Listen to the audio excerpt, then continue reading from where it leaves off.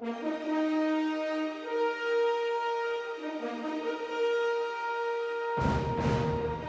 everyone, this is Justin Lin. This is the commentary track for F9. And as you can see here, I think for people that are maybe aficionados of logos, this is one of the older Universal logos. It was a very conscious choice. I went back and looked at all the motion logos. And by the way, this is growing up as a kid, the Universal one was my favorite. And the choice of going with an older logo was because I wanted it to sync up with this quote unquote the flashback to start. I wanted the point of view to start with the past timeline. I felt like, when we were prepping this, we kept talking about these as the flashbacks, and it definitely is, but I was really hoping that for the viewing experience, because you're being thrust into this time and place, I wanted this to be the starting point for the film.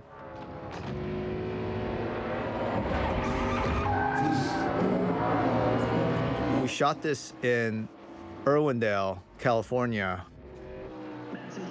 It's really interesting because even on films with huge budgets like this one, still, you never have enough money.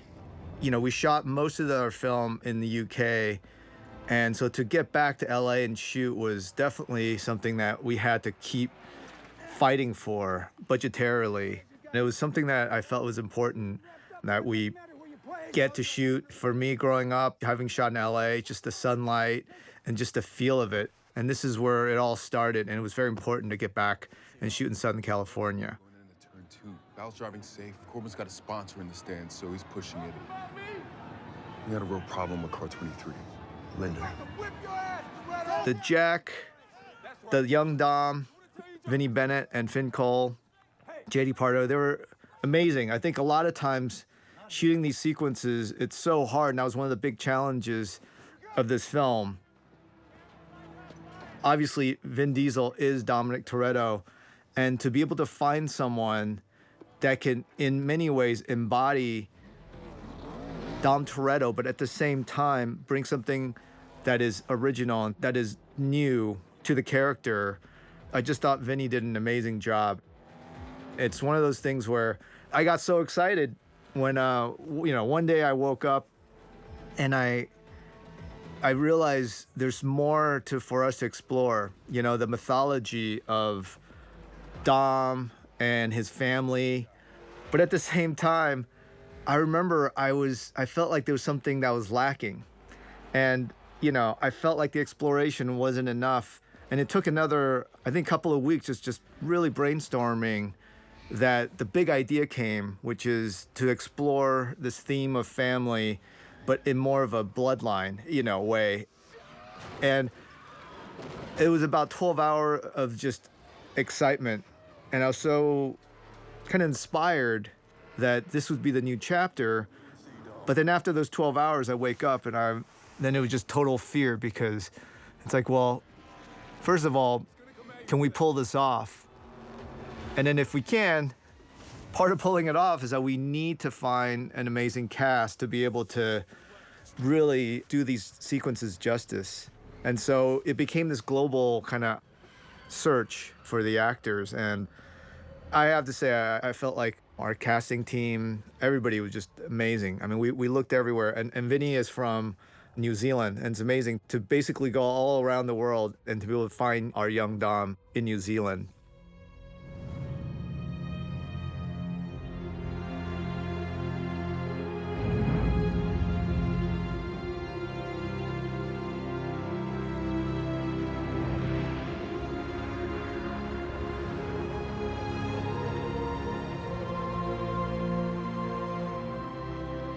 The other thing that really was scary was, of course, Jacob.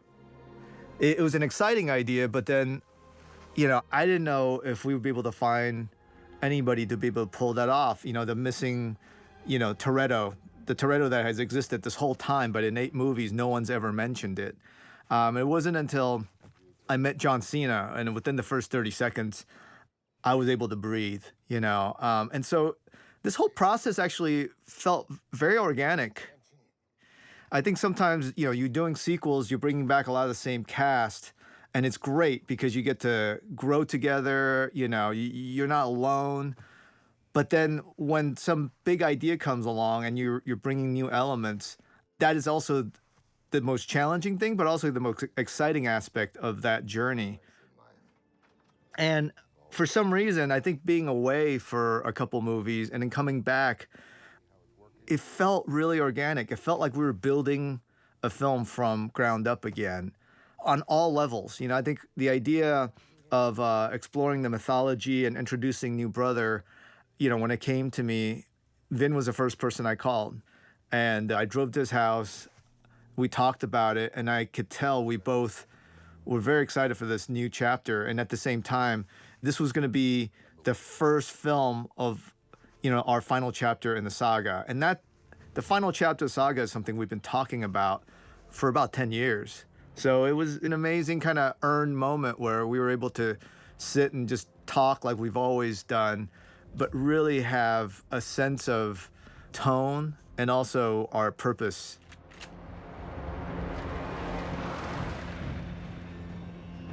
Yo, we come in peace. We come in peace. It's me. I have to give Universal and Vin so much credit because when I left after Fast 6, I really thought that was it. And I was going to move on and do other things.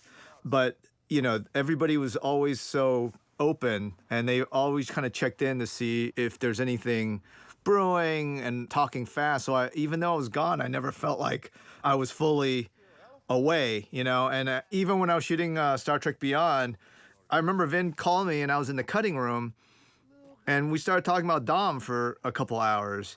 And I remember thinking, hey, Vin, I'm out. I'm not doing this anymore. But I think Vin is always kind of a couple steps ahead of me. And so I think he knew at some point we were going to reconnect. And so, again, it was all the seeds that were planted. It felt very organic. And I didn't want to come back unless it was something new. It was something that for us to be able to explore it. And I think this idea of being able to go back and explore the mythology and the past so these characters in this franchise can keep moving forward was very exciting to me. Why just us?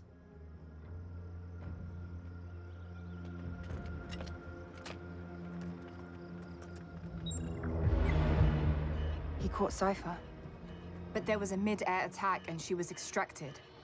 It seems his plane crashed somewhere here, over the northwest region of Monte Quinto. If Mr. Nobody so... When I came back, it was really interesting when I first met with Natalie because, Ramsey is a character that showed up in Fast 7, but it was a character that we've been talking about since Fast 5. And so it was really surreal to be, talking to her about a character that we were talking about years ago. And then when I left, the character came to life. And then I was meeting back up with her, developed already. So it definitely, there were moments like that was really odd, but interesting, Cypher and Queenie were two other characters that kind of preceded me. And it was a lot of fun to be able to kind of work with Charlize and Helen to keep evolving it in this new chapter. Always be in your heart. Hey, little guy. I have a gift for you. Your father gave this to me. Now I'm gonna give it to you. It's very special. Take care of it. And here you see little Brian, and it is amazing, that I think doing these big action movies, people talk about the stunts and everything. And to me, those are exciting to design, to shoot. But, usually when we're shooting those sequences, it's been, 8 to 14 months of prep, hundreds of meetings with every department to have it come to life. This isn't who we are. And I'll tell you, I think the scariest thing for me making this movie was actually the scenes with little Brian. Because showing up with this 3-year-old and trying to hopefully create an environment where he can feel present, feel Dominic Toretto as his father, Letty as his mother. That to me was the most challenging thing. And I think just even getting him to go to sleep there, I remember sitting there, I think that was probably take 21. And of course, it's not the kid's fault, but it's just sitting there with the boom, and we have a dolly going in. He was amazing. It was actually twin brothers, and they were so great. And Vin was amazing with them. I think being a father, he knew that, he needed to make sure he spent some time with them. So for the first week while we're shooting this, Vin wasn't in his trailer. He was just hanging out with the boys.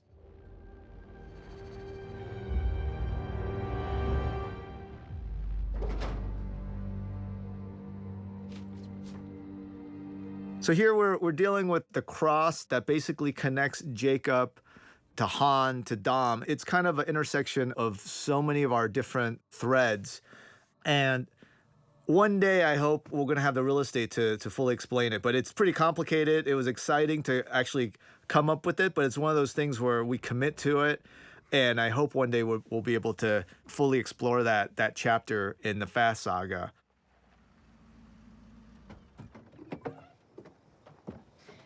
I would love to see my nephew just a little bit more often than, say... And this is a scene here with Jordana. This is her first scene back, both in the film, but also, shooting-wise. It was pretty emotional. I came up with Jordana even outside Fast, so to be able to be on this journey with her. And then when I left, she did Fast 7, and that was it.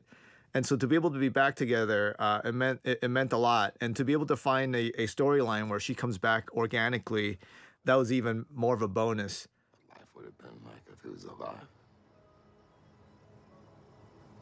You'd be very different. Unfortunately, this is a scene that I ultimately cut, even though I really liked it. It went back and forth, saying in the cut, and I took it out. Ultimately, I felt like for the theatrical version, we didn't need it. It was just, selfishly, it was just nice to be able to kind of work those small scenes with Vin and Jordana.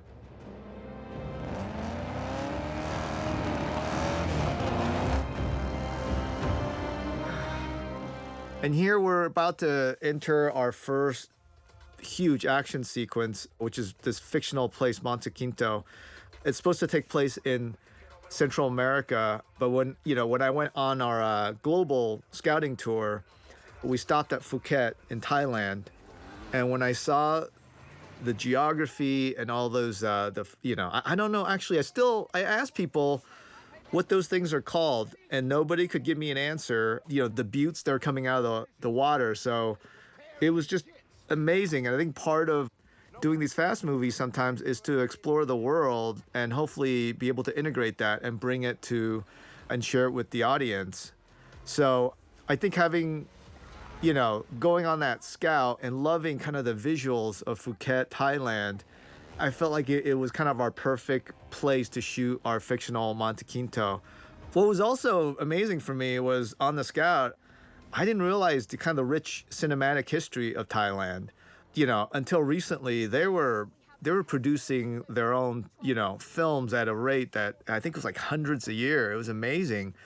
So to be able to kind of hook up with the crew in Thailand and be part of that kind of rich cinematic history, it really meant a lot. And I think you could feel it when we were shooting in Thailand because, they really were, it was an amazing crew. And that's one of the perks of shooting these films is to be able to kind of go into different cultures and hopefully not be just tourists, but to be able to truly kind of work with them and getting to know, how they work and having that shared experience.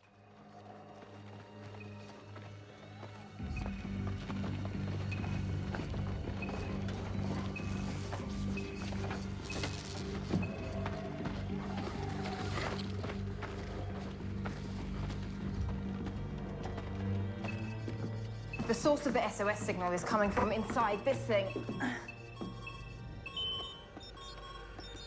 Somebody wanted in. Plane must have gone down before they could cut through. Or it was sent down on purpose to stop them. Yeah, well, their mistake was trying to cut into. And here we're about to introduce our MacGuffin for the film. And it's, this is probably, I would say, for the Fast franchise, I think that in Fast 6 is when we started kind of introducing these kind of world-ending devices. I was torn. I was going back and forth on if we were going to do this or not. And ultimately, I think that was one of the challenges coming back to do Fast 9. I don't think we make these films in a vacuum. And, I think there are a lot of things about coming back that I had to respect. And part of it is, since I've been gone, it's kind of gone a lot more kind of sci-fi. And I felt like ultimately, if I just kind of ignored that it just wouldn't be respectful to, the films that I wasn't part of. So it was a long process in the writing phase. When I first came back, I didn't want to have a world-ending device. But when we were working on it, it felt like it was almost such a rebuke to the other films. I didn't want that. I wanted the kind of spirit of this film to always embrace the chapters prior, and whether it's to correct something that's wrong or to build on something, I never wanted to be kind of reactionary, because I think sometimes, I think having made movies, TV shows and stuff, I see a lot of instances where filmmakers become very kind of reactive and they take it personally. And I think the films and the shows sometimes suffer for it. And I felt like it was important to try to be positive. And yes, I think one of the big reasons to come back and to correct is, we'll talk about later, which is the justice for Han. But at the same time, I wanted to always stay positive to everything. And that led to the whole Ares device. So anyway, it was a long way to explain it, but it was months and months of my life in our writing process of deciding if we were going to do it or not. Ultimately, I feel like we needed it. It's a bit of the culmination of something that we kind of started on 6, and it kind of had continued. But I think this is probably it for our franchise. And as we're going to the final chapter, we're going to be exploring kind of our characters through other elements.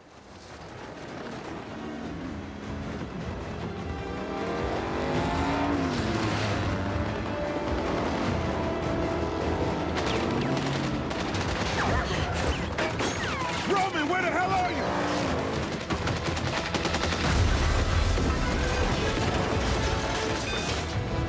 Who's compensating now, Ted?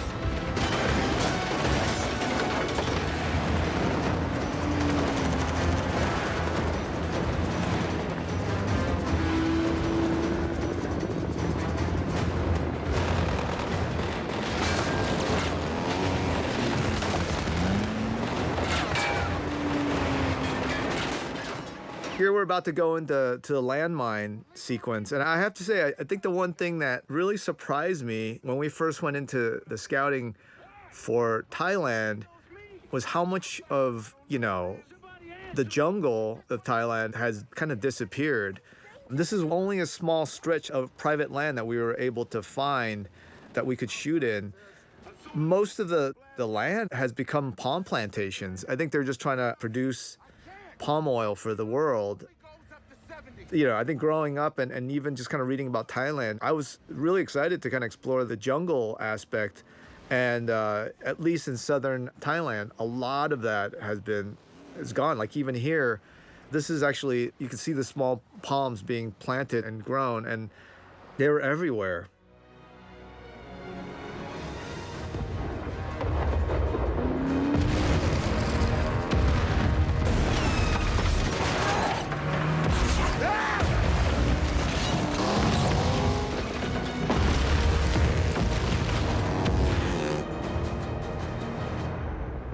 What was great about the sequence, I really wanted to kind of start with the feel of just kind of this tactile action, something that's practical. What better than to start blowing stuff up, and the landmine sequence. It is a very conscious effort to kind of rebuild, I think, the tone of this franchise. And again, I feel like, just as a movie fan, CG now is part of so much of these tentpoles. And I'm not saying that we don't do that ourselves. I mean, I like to think that we can create a have our cake and eat it too scenario. It was just that I think as a filmmaker, there's something really exhilarating and visceral about practical effects. And, to me, that's always important.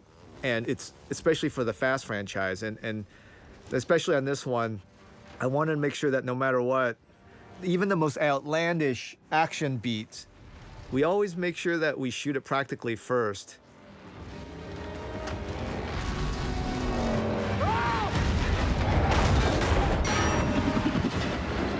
Roman, you good?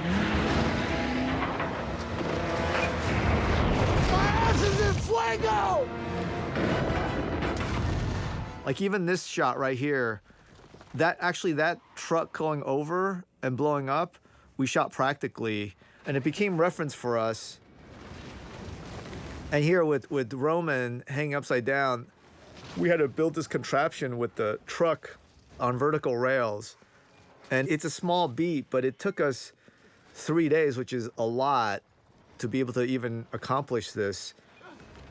But ultimately, I think you could feel the difference because we shot it practically, you know, the rocks and everything we had to build, and so that it could be safe for Tyrese to be hanging from that truck.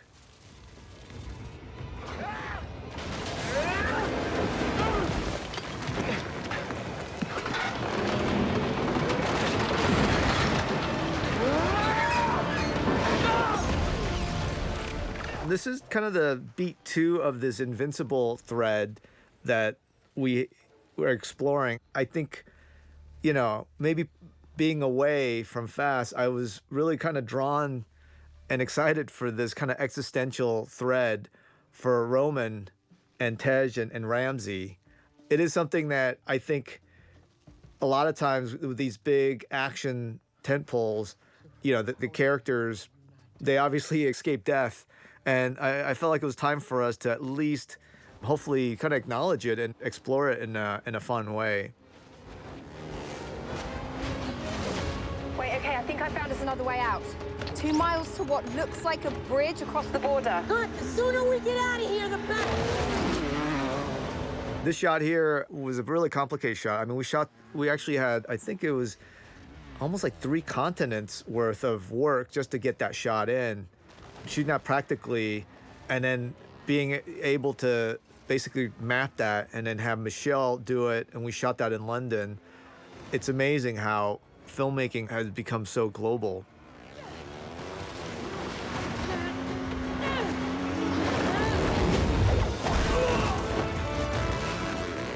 And this jump too, it was something that basically was shot in Thailand. We shot again in London practically, and then putting Michelle on wires.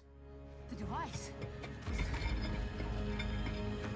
So here is the big kind of first time where the brothers see each other. Getting that Mustang to drift in was definitely a challenge. And those doors, I realized the doors didn't quite match, so we actually had to bend it 90 degrees. You don't notice it, but a lot of times the shots that I want it to have, the cars don't quite have the right angles. But again, I feel I have the support of this amazing crew, and we always figure it out.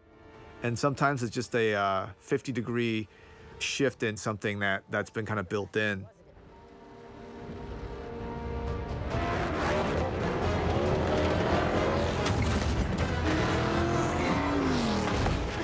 So we're about to kind of head into this kind of crazy sequence that's kind of evolved from something that was very practical to something that's going to be a bit more outlandish. And hopefully we've earned this. This is something that we actually scouted on so many of these aerial scouts, trying to find the right 2, I guess, buttes or islands so we can shoot this. And Peter Chang, our VFX supervisor, he was on it so much, and I really was very adamant on making sure that we found the right practical ones. I remember we circled around it so much, and Peter actually had to get off because he was nauseous and he was throwing up on one of these buttes.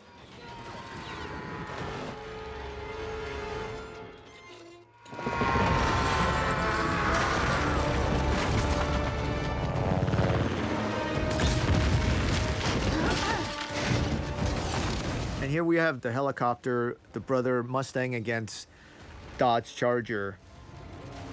The military's not It's something that I think people who love cars, they notice that it's Mustang versus Charger, and we had a lot of fun in the writing process developing it. I think in the flashbacks later on, you'll see that Jacob's also driving a Mustang, and it's something that we actually wrote way more than we needed to, and I hope one day we're going to be able to explore that, whether in feature or maybe in other mediums, because it is really amazing to sometimes doing these films to have the environment to just explore. And on this one, for some reason, our script was really long compared to the other ones. At one point, we were approaching almost 200 pages, which is insane.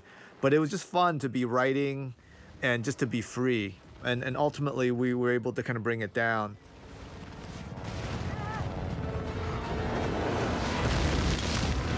Where's the bridge?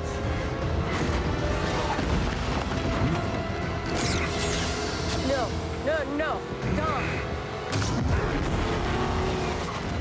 I think a lot of people ask, this must be all CG.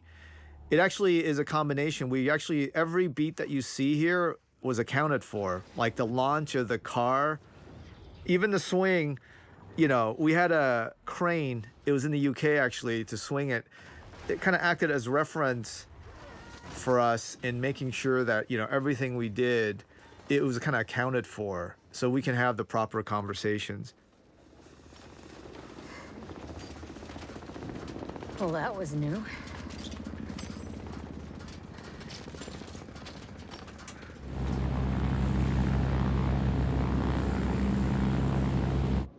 This is Stasiak, and there's a Japanese antacid. It happened when I was on a trip in Japan, and I love how they always have visuals to sell all their products. But this thing is a mess. The headlines out there? Secret spy plane crashes in a hospital. It was such a treat to be able to bring Shay back, and we had a lot of fun with Stasiak's nose. And we tracked it from Fast 4 when he gets slammed by Brian O'Connor, and again in Fast 6. And so Shay showed up on the day, and we just kept fudging it. And it was a really fun nod to his relationship and the connection to Brian O'Connor. And that's something that we were very conscious of, the spirit of Brian, who the character is still obviously alive and thriving in this universe. But, I felt like trying to make sure that, we always kind of honor things that's happened, and so that we can kind of embrace it for the narrative, for people that really, love the franchise, that we never shortchange any of the things. So it was a lot of fun. It was like multiple meetings about his broken nose and how much we were going to do it. Brother? You got a brother who also happens to be some kind of super spy with his own private army who drives literally... This is a really interesting moment between Dom and Letty, and it is one of those things that I felt like, working with Michelle and Vin on it, it was such a great process, because as you can see, there's not a lot of real estate for anything. So be able to get everybody in those moments to track it and to feel it without us really kind of shining a crazy spotlight on it. And that's always the biggest challenge for these films, because, especially Fast 9, I feel like there's 3 movies jammed into one, right? You have the brother thread, you have the main thread, and then you have the Han thread. And the biggest challenge of making this film really was real estate. And, I have to say, one of the reasons why I ultimately felt like I was, done with the franchise was that, we've never been able to have a full draft of the script when we start shooting. And that's part of the kind of process that we've kind of developed. And I'm not complaining. It's okay. It's just the way we always end up doing it. And so I felt like I wanted to make sure that for the first time we had a script fully done, and we were able to do that on this one. And the funny thing is that we ended up kind of overshooting it, and it was much longer. But I think you can feel that, this film probably, had a lot more, but it was always about condensing and making sure that we didn't take any beat for granted. What is that? Get out of here. Go. So a man can't pay his last respects? That's what that is? No. No, not you. You're the one that killed him. No, racing killed him. Look, he knew that I was gonna pit him into the wall. He knew that. Now, I don't know if he dropped gear. Here's Jim Perrick playing Linder. It was great to kind of work with him again. His first job as an actor was actually on Annapolis, and we worked on together. So it's always great to be able to meet back up with actors or crew through the years. And he was kind of perfect Linder. He was great. Leave. This obviously is one of the most pivotal moments in the Fast lore. Man, what is it with you? And I know that in the first Fast film, when in the garage with Dom and Brian, Dom was talking about how he took that wrench and he just kept beating Linder until his arms went numb. And it was a struggle because it was great in that moment when he said it. And here, when we were working on it, we actually did all these tests. And, you know, with that hit with that wrench, if you just did it more than, you know, a couple of times, that the skull is going to crack, you know? And so wanted to make sure that we honor what Dom was sharing with Brian. But at the same time, I think in that moment, it was important that we were capturing it through Jacob's point of view. But that was also one of the things that we had so many discussions on. And ultimately, I felt like, you know, sometimes in life, we're all a little bit get stuck into the moment and we're not the most reliable narrators. Even though there's no intent to deceive, we're the protagonists in our own stories. And I think Dom's mind, that's what happened. But I think one of the ways that we were able to kind of hopefully honor that moment, but at the same time, make it feel like it's not out of this world, where he's beating Linder, you know, countless times with the wrench, was to go to Jacob's point of view, which is what we needed in that moment for this film. Did you say anything? Nope. Nada. You know, I look at her and I feel creeped out. Sort of turned on at the same time. Is that weird? Nice operation. You snatched me off, Mr. Nobody's playing midair without a scratch, and you took him down. And here we have our scene with Cypher. Again, it was such a honor and treat to be able to work with Charlize. And this is a character that obviously was in 8. And she was so gracious and open, you know. I remember sitting down with her and talking about the character.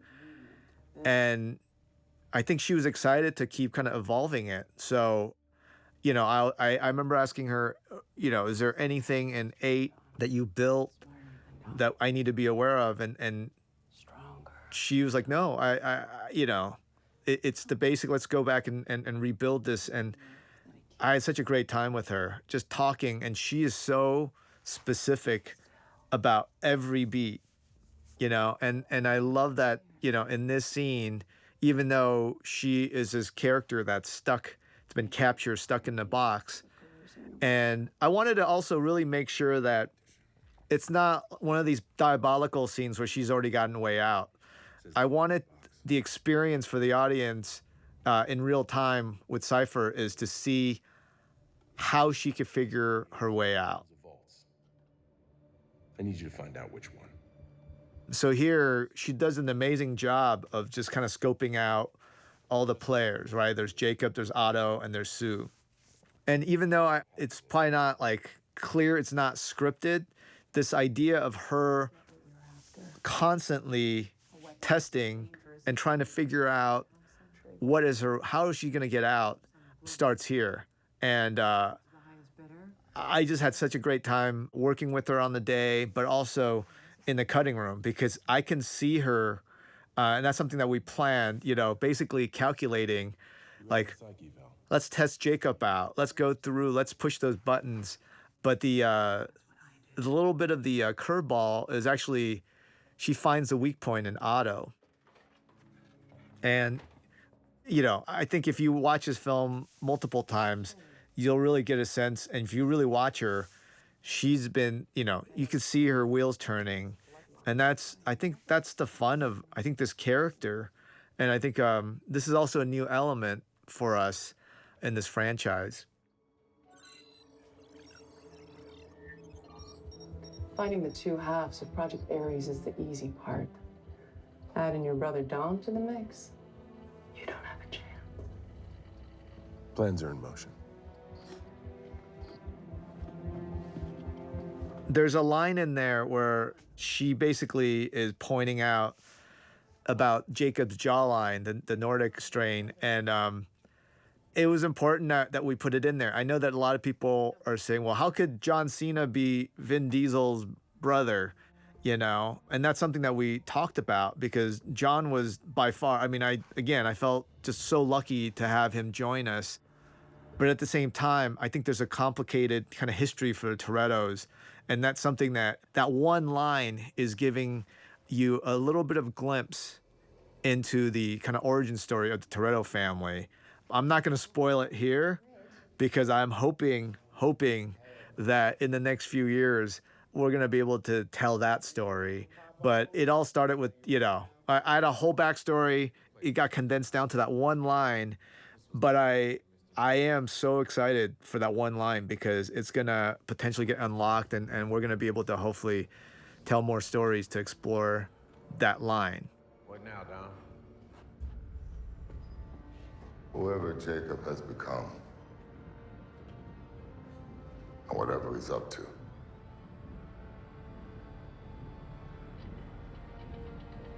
it's on me. This is amazing here. This is like a vulnerable Dom that I have never seen, in any of the Fast films that I've been a part of. But at the same time, it's a check-in with Dom and Letty. I think their trust has been a little bit broken in the sense that she thought he showed up to the airport to support her, but then she realized she was there because of the discovery of Jacob. Yes. Thank you. I know what a rotary dial phone is. Okay.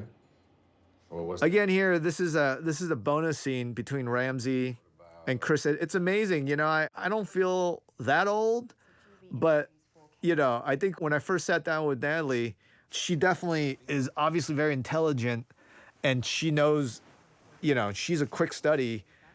But it was very clear to me that she was of another generation, and so that was kind of the inspiration for all of this. And we had a lot of fun playing with it. And I am kind of bummed. There's a couple scenes in this sequence that I went back and forth on for the final cut.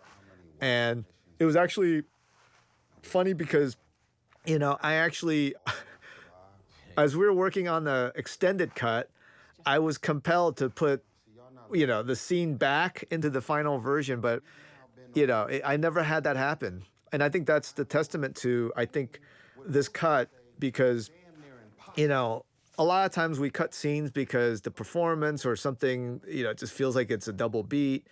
I think on this film, I didn't have any problem. We really showed up every day and there was always a challenge. Sequences like this where it's a connection between these characters and I think the humor comes from their relationship. And this is very different than obviously like an action scene, but there's always a very fresh and new challenge for us. And the cast was amazing. Everyone showed up, just to play and to really kind of maximize the exploration of the day. And that is very rare. And so I was grateful to really be able to kind of reconnect with everybody. And in a way, we've all kind of grown and to be able to, have these scenes where not only do you see the evolution of these characters, but also for me behind the camera to see the growth of our actors. And that was very gratifying. Dumbass. Take your dumbass jacket with you, man.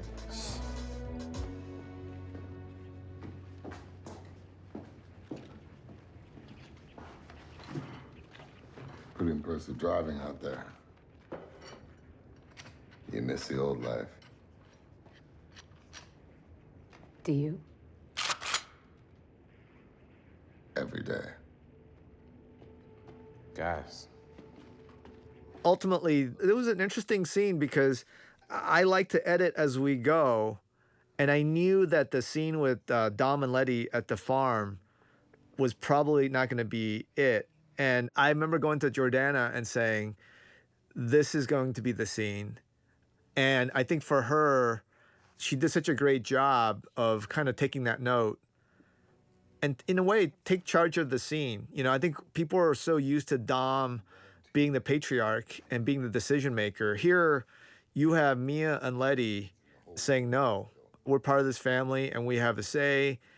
And I think it was a very powerful scene. And also it was done in not in a confrontational way. You know, it was done in a very empowered way. And I had a lot of meetings with Jordana and Michelle about the tone of that. And so it was amazing on the day how when they showed up, because the last thing I wanted was to make it feel like it was them confronting Dom in a way that was not positive for their relationship.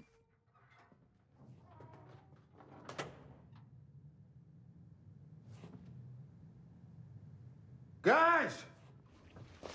Guys! Get over here. You gotta come see this. Don't ever say Roman ain't. This is actually the scene that I went back and forth on. It was such a fun scene to shoot, and it answers, in a way, it answers a lot of questions on like, how can they afford all their transportation, all their cars? And it was fun to be able to kind of explore Mr. Nobody's hideout, the unsanctioned hideout. But it just felt like ultimately, last minute, I think on the 11th hour, it didn't make the cut because it was taking away from the kind of narrative thrust for the film. So, but I'm glad the extended cut exists because it works really well, and you can see the chemistry between our characters. And I'm just so happy that it actually exists in the world. The root shell and say hello to Project Ares. What is it? It's what we got from Mr. Nobody's plane, or at least part of it. Ares was designed to override and assimilate anything that runs on code. Any computer, anywhere. If it operates on zeros and ones, it's vulnerable. Ares can own it. It can weaponize anything. Someone could burn your house down with your refrigerator if they wanted to. Oh, so now my refrigerator's gonna kill me? It could be made to. How about my George Foreman grill or foot massager? It is interesting. This is, you know, these are always the toughest scenes to shoot because they're just exposition scenes about the MacGuffin. And the MacGuffin is the device that is usually kind of artificially driving our characters. And what I think became really interesting in the writing of it, we had a bit of a Trojan horse. Here you're seeing Ramsey basically setting up our third act with our MacGuffin. And just when you think the scene is going to be just one of those scenes where all this is about information, there's a bit of a sucker punch, which is the discovery of Han in Mr. Nobody's files. It was one of those nice finds in the writing process, and it ultimately, I think, made a lot more interesting also for the actors. You know, I mean, these scenes when we shoot, it's not in real time, obviously. We have, you know, coverage, and it takes us like a day and a half, I think it's 2 days just to shoot the scene. You know, I can tell that on the day when we were shooting, when the Han image came up, everybody knew that the scene was much more than just an exposition scene. You could see it right here with the close-up dolly in on Vin. That's exactly what I said. So you're saying Han's death is connected to all of this? He has to have something to do with it. Again, I think these scenes that usually are kind of there for functional plot reasons, it became these kind of intersection emotionally for all our characters. I got this the day Han died. Mexico. And here's the postcard again. And I'll give you a little bit more intel on that. You know, this goes all the way back when I first met Vin. You know, this is for Tokyo Drift for his final scene, and I didn't know him. I had heard that there's no way he was coming back to the franchise. And I was lucky enough to get a meeting with him. And we were at his house by his pool, and we were talking. And I think at one point, we just connected on the mythology and the family of Dom. And I was talking to him about how, in my mind, Dom had met Han in either Mexico or Central America. And I had kind of mapped out, you know, the connection between them, that Han in a way was on the run and Dom was on the run. You know, I had mentioned this town in Mexico, Guanajuato, and that conversation 2005 led all the way to the postcard. And if you notice on the postcard, the cross on that church is the same cross that Dom and Jacob they're wearing. So it's the Toretto cross. So there's a lot of meaning to that. And there's a whole backstory to that we've been talking about for years. And this is the first time that's being kind of shared. It's done as a connective tissue beat, but I could tell you there's a potential down the road for us to fully explain and explore that thread of the mythology. Y se acerca una chispa, bomba de fuego.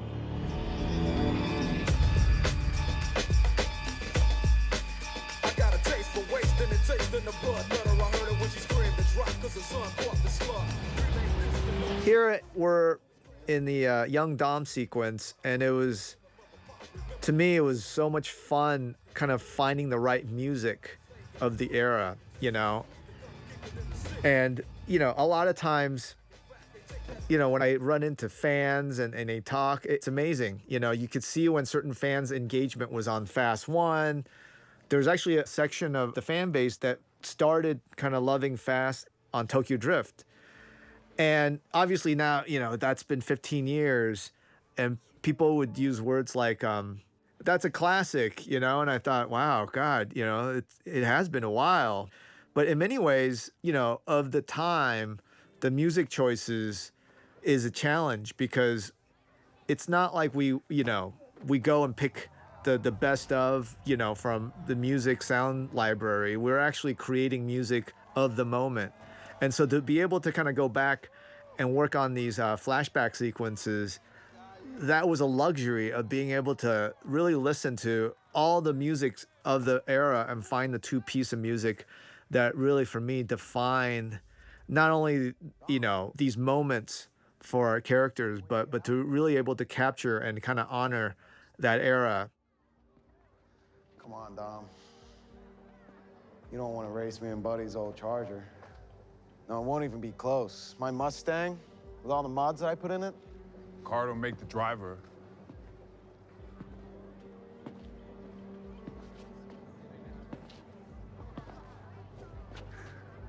He's how this goes. And this, again, there were a lot more pages written about this young Dom and Jacob chapter that, you know, my hope is to one day to be able to share it with everybody. It was so, again, it was so gratifying to be able to write that. And it's always, to me, it's always better to have more than less, because having those extra pages and scenes, it really kind of helped inform me and also the actors so that they're not just showing up and doing what's on page. You know, they're able to either read or talk to me about their world, that era. And so I really do think that the challenge to Finn and to Vinny is to be able to understand and thrive and live in that world so that, you know, they're just not showing up doing these scenes to kind of update and tell the audience what's happening in the relationship. And they did an amazing job. And this is one of our last scenes that I shot with them. And I remember sitting there in that corner as we were waiting for the lighting, and we continued to talk about their relationship outside of what was scripted. And I could see them just kind of really kind of absorbing that and taking that in. You know, I remember Finn comes from a family, he has siblings, and he was really channeling a lot of that in this race.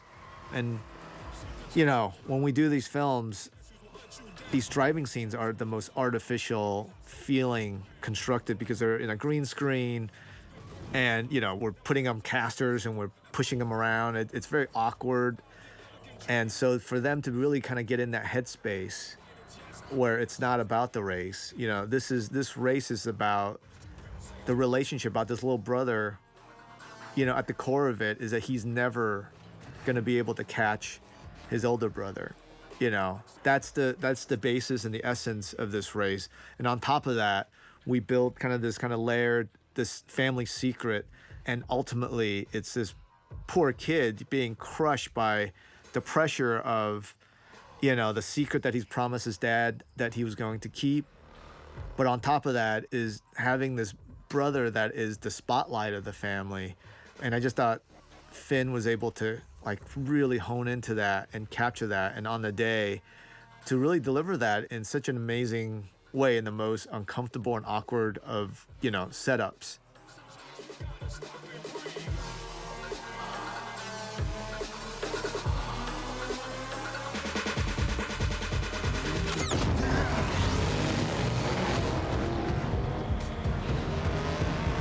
Too soon.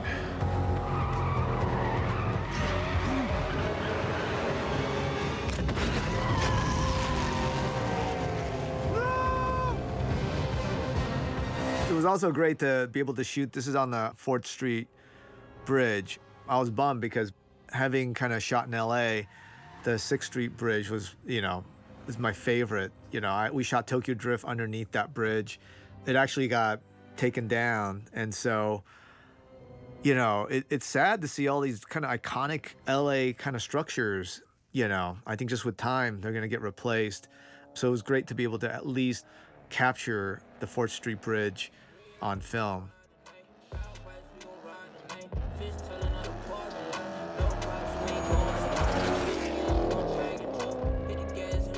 Here's Dom going back, and it's funny because I think the fans will joke about crossover franchises, and they're like, can Fast cross with Back to the Future? I don't know why. It's always fun when they have all these like suggestions for us. In many ways, I feel like, yeah, we've kind of done the time travel thing, like it's been part of our franchise. It started in Fast 4 and it continues. And here we structurally, we are actually time traveling. We're going, we have 2 different timelines. Can't help you. This is one of those days, as a filmmaker where I love Michael Rooker. I was such a big fan. We casted him. And then I remember showing up on set and it was this like, I felt like a 12-year-old. And first time I saw him was in this film, Mississippi Burning. And he played this like KKK member and it scared the shit out of me as a kid, and I knew that it was Michael Rooker and he's a great actor. And when I showed up on set, I was so scared. It was like this crazy, just like something in me was back and I was in Mississippi and he was that character. But luckily it only lasted like a minute because he's also just the most gracious, nicest person. He came in and just gave me this big hug and I was like, okay, great. This is great. And we had a great day kind of just shooting the scene. And I think a lot of times with Vin, we've had this great process of, making sure that scenes like this, we have ample time. And so we had a day set aside for the scene and we just started, with what was scripted, and then we just started exploring moments. And this was tough, I have to say, because Dom is there really for plot purposes to try to get his next piece of information. But, I think there's a lot of kind of hurt and guilt and also frustration, I think, between these characters. And Vin was bringing a lot more to kind of this reverential sense of his past that we kept calibrating. And ultimately, I think we were able to kind of find it, but it was definitely one of those discovery scenes where we just had 2 amazing actors on set and we just went at it. And it was exhausting. I would say that scene, that buddy scene, to me, is probably the most exhausting scene for me physically. Just going through the whole exploration of emotion between them.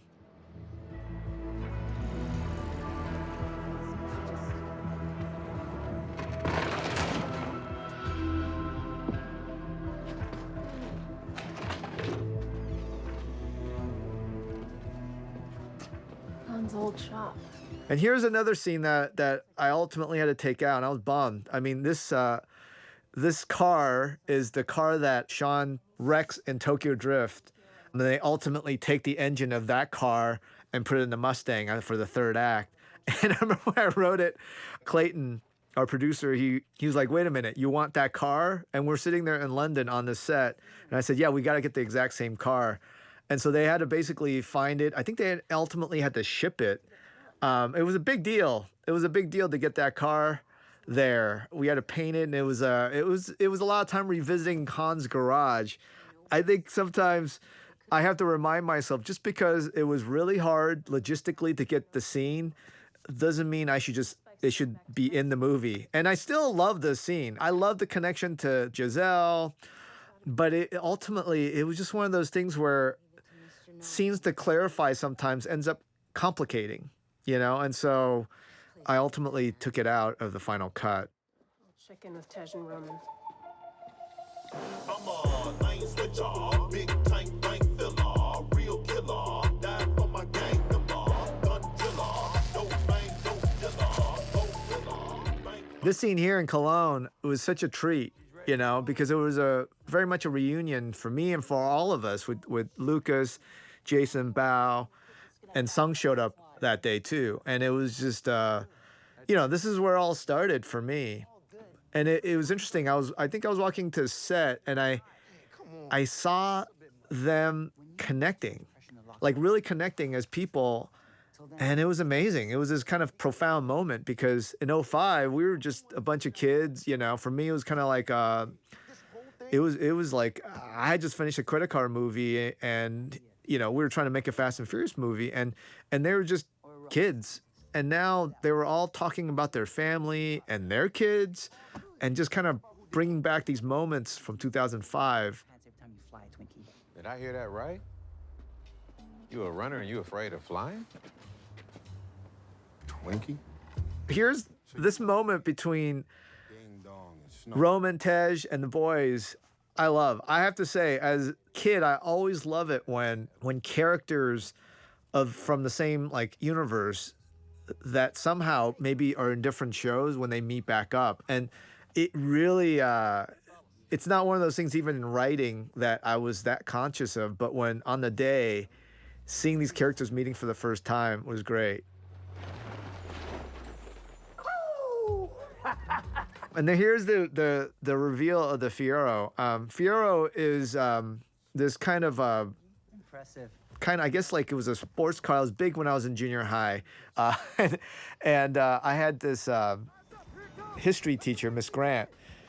She would pull up every morning in her red Fiero. And, I have to admit, I had a crush on Miss Grant. I think a lot of boys did. And that Fiero made her look so cool. And so when we were thinking about finding a vehicle for this, I have to say I give Miss Grant a lot of credit. It wasn't actually her that inspired this moment. And it was just, I remember talking to my friends about Miss Grant. This is probably a couple of years before. And it was the red Fiero was the thing that we all talked about. And then when I was talking to the NASA rocket scientists about how can we get to, not necessarily space, but the outer atmosphere, they talked about obviously weight and fuel. And the more we talked about it, the more it was evident that we needed something light as our starting off point. And it was that moment of, Miss Grant's red Fiero could be the car that takes us into space. So it's one of those fun moments of just kind of reconnecting with my childhood friends, and just happy accident in trying to kind of figure out how to get, to this kind of crazy idea and fast, but hopefully do it in a way that is kind of at least grounded in science as our starting off point.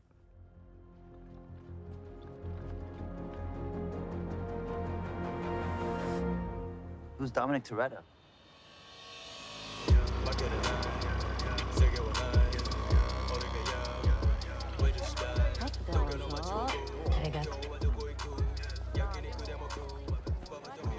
This place is a dead end.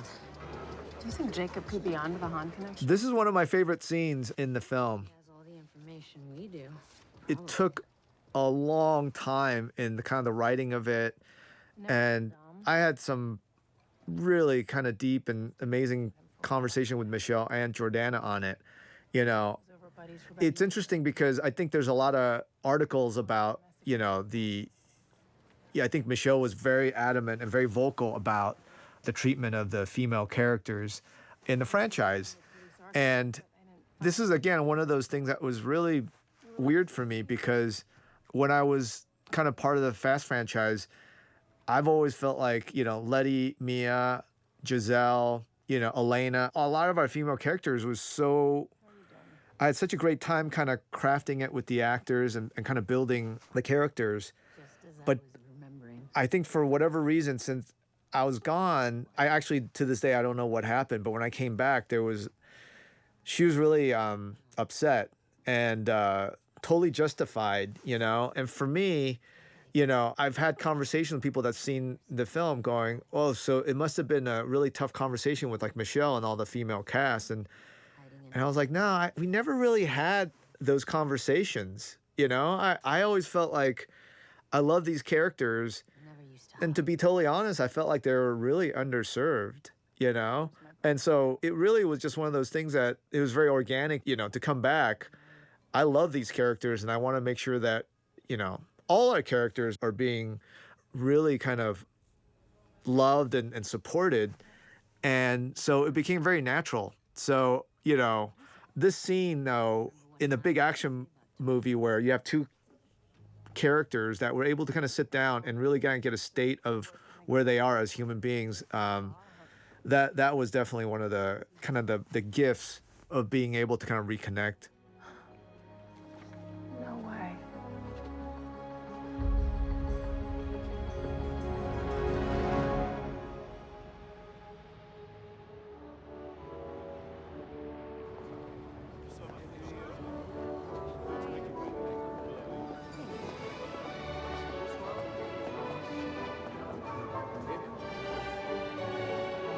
Here, this is a really fun sequence with Queenie that's coming up.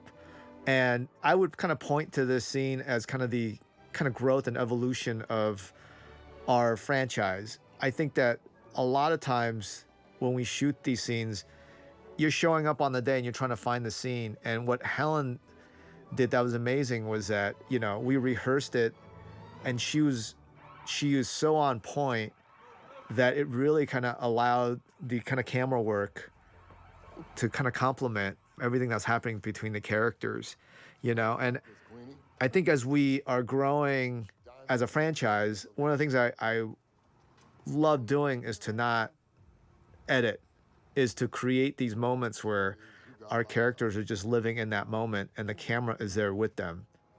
When are they gonna learn? Some birds can't be caged. Are you looking for one of my sons? Not tonight.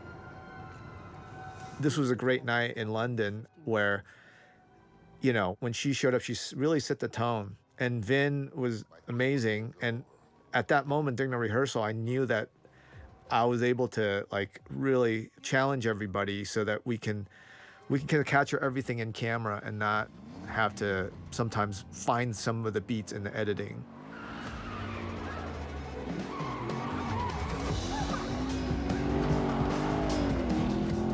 This is the Queenie, we call this the Queenie chase that we're shooting throughout London. And it still blows me away that they allowed us to be so close to Buckingham Palace.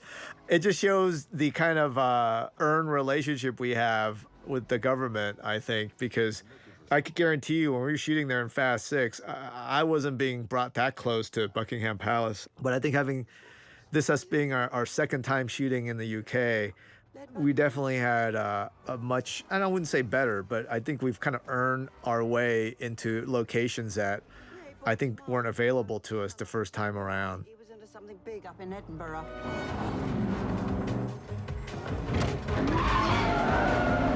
Local seller, huh? She wouldn't happen to be wearing a stolen necklace, would she? He paid well. What was I supposed to do? This is also another kind of great day for us on production, just to be able to get in there and work with Helen and Vin. Oh, bloody hell, he's not your cousin. And obviously the scene is, for it to happen in this chase, but really it is her connecting with Dom. She's kind of the mastermind in many ways, and she's always kind of also testing Dom and a lot of the characters. And so to be able to do that in the middle of a chase, it was a lot of fun. It was a lot of fun because Helen showed up and she wanted to really understand driving the Noble, and she was able, once she learned it so fast, and she never kind of lost continuity. So she was able to like really mimic the driving through London as she was delivering the scene. It was unbelievable, you know. And actually, it was interesting because, you know, growing up as a Laker fan, I was always kind of fascinated by the colors. And it was growing up, it was called Forum Blue, which is this kind of dark blue purple, and gold. And I remember learning that that was kind of the royal colors. Those are the Queen's colors. And so I thought, oh, here's great. We get to finally get the thing that I love as a kid, and I can match it. And ultimately, you know, I couldn't quite find the right purple. I think the purple on the Noble is actually a bit more purple than I like. It was kind of more the 2000 Lakers color as opposed to the color I was looking for, which is the kind of 1980s Magic Johnson, Kareem Abdul-Jabbar purple.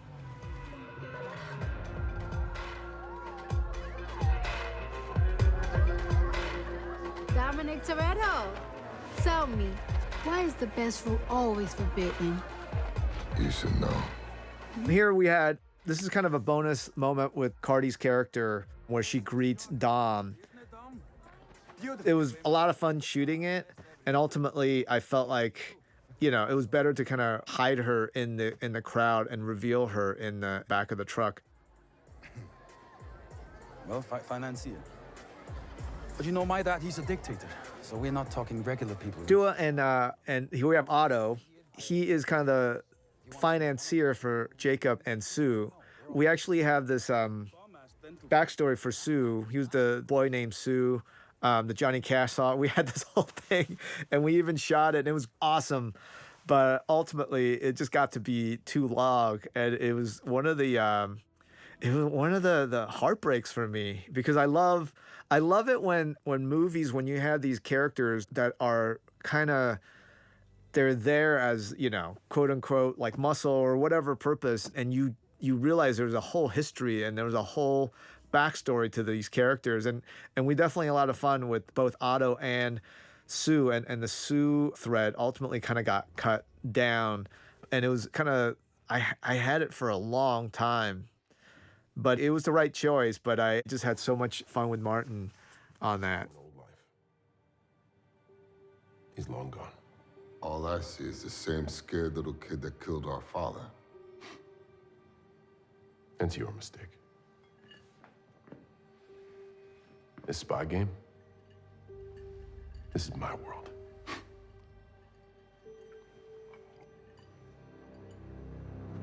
And this is, you know, obviously the first real kind of face-to-face meeting between Dom and Jacob.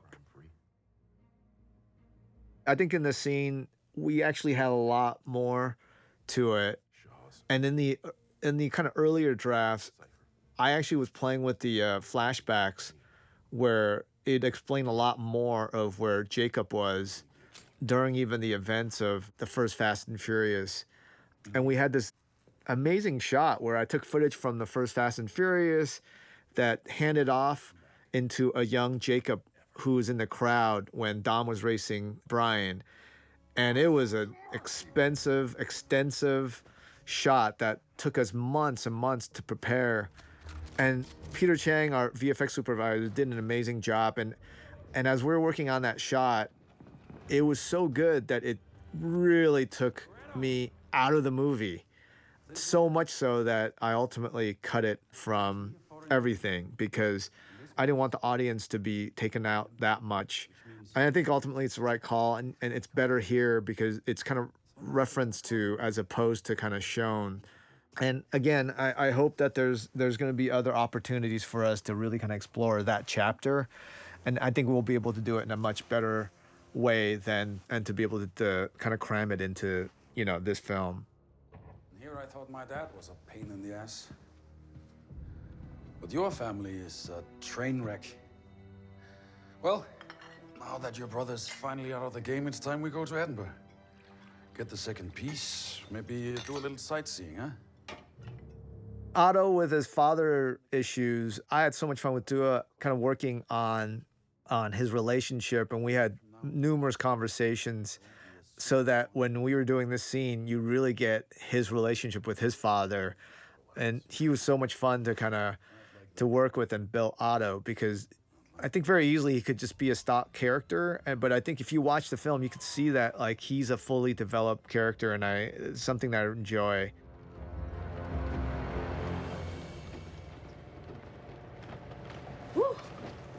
So here is Cardi's scene, and this is really a big Easter egg for the fans. You know, I think the fans that maybe has not followed the Fast saga, they'll know her as someone that's working with Queenie. That was probably in a white dress that was planted in there to help Dom out. But she's actually the sister of Kara. Kara is the Han's significant other in Fast 4. And they used to, in DR, they would steal gas for the people. So there was a whole connection there that I talked to Vin about.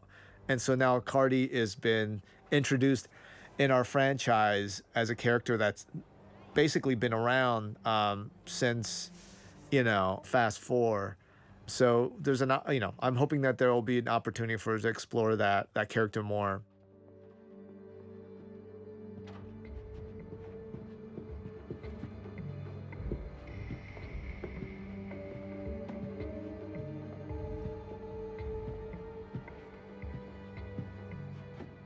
So here we're introducing this kind of new element to Han, to explain kind of his absence and how he's alive.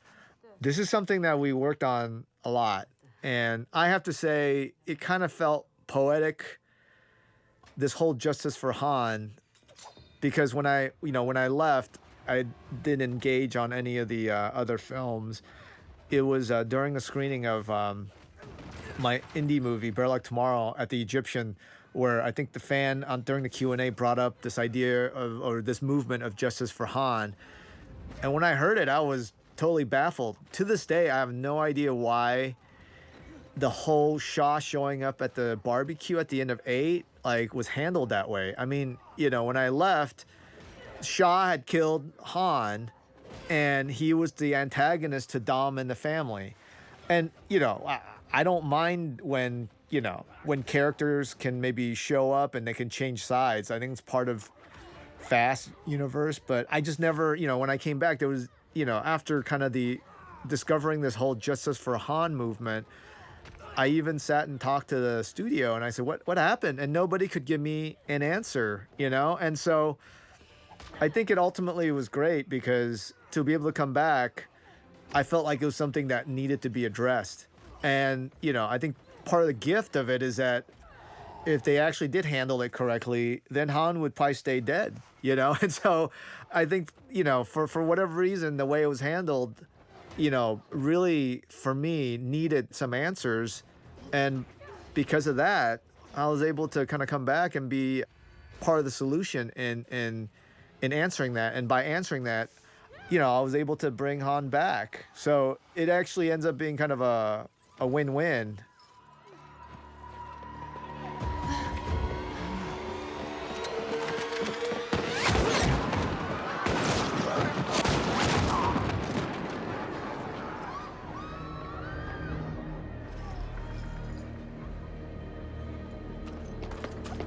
You okay? This moment here, in Tokyo with Han, it was such a great moment. It is, again, one of those things when writing it, developing it, I knew what we were doing, but it wasn't until we were shooting and you see it through the lens and you see Han's face that, I got chills, And it was something that, as we kind of get into more of the film, I'll try to kind of share a little bit more of the kind of reasons and the process of bringing him back.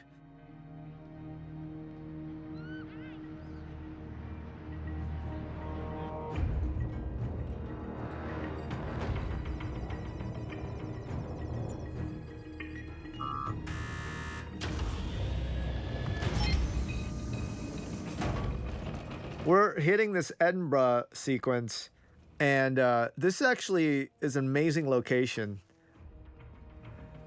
And it was actually pivotal, not just on the logistical level, but creatively.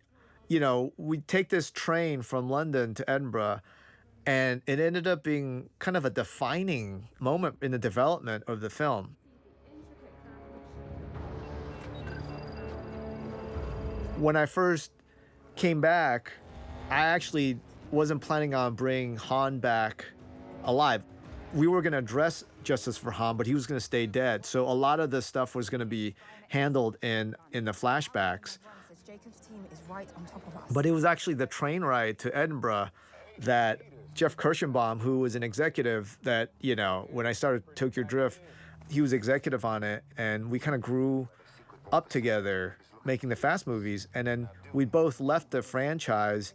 And so when I came back, I felt it was important to have him be a part of this. So he became a producer on this film, and he's a big part. He's, you know, he's one of the kind of architects.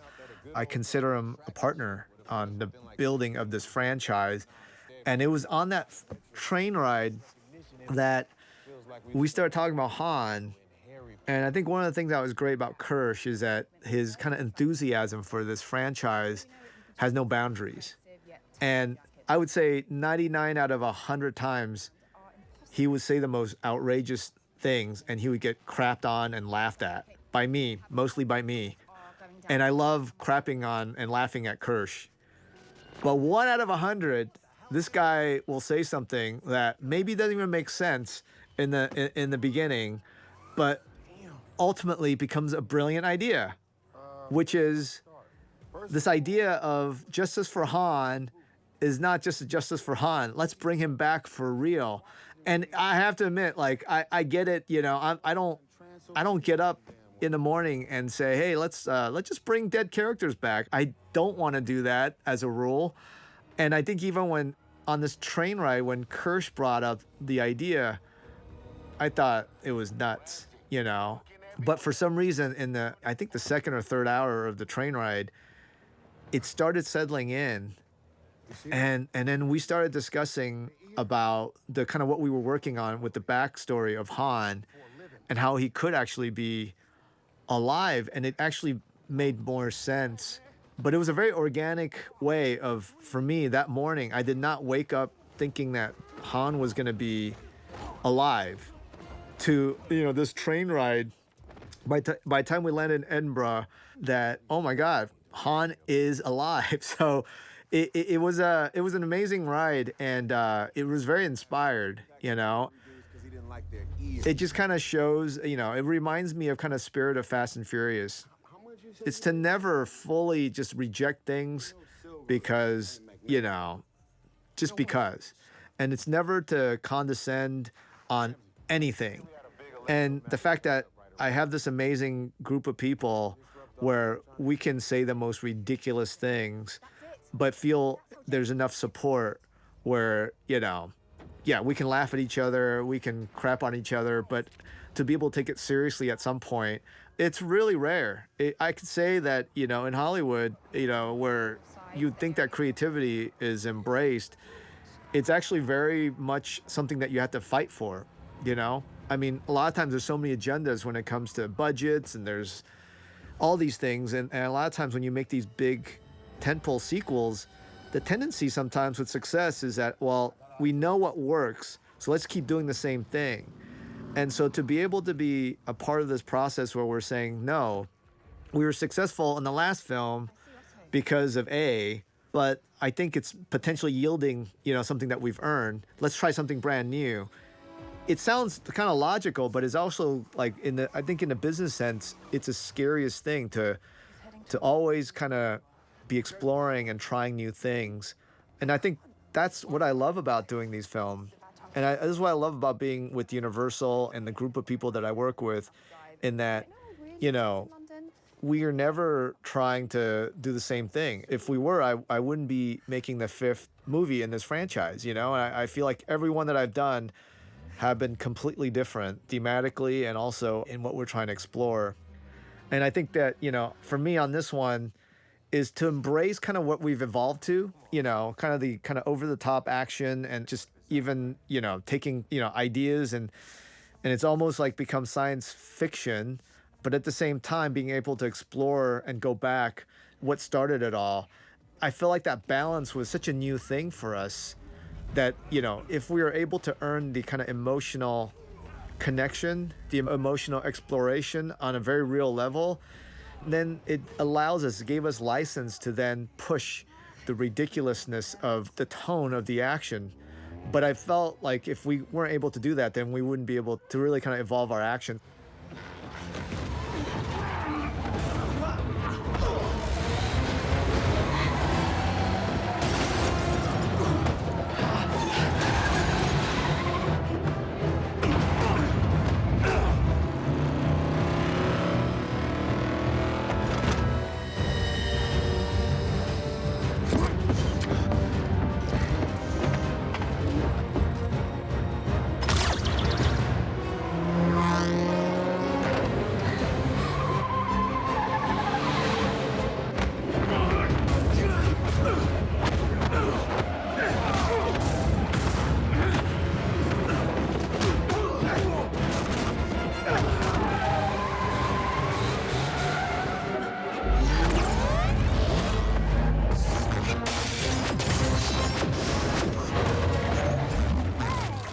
And here you have, I'm just going to point out, that's the that's my son and all the kids. I think Jordana's son, J.J. Perry, Samantha Vincent.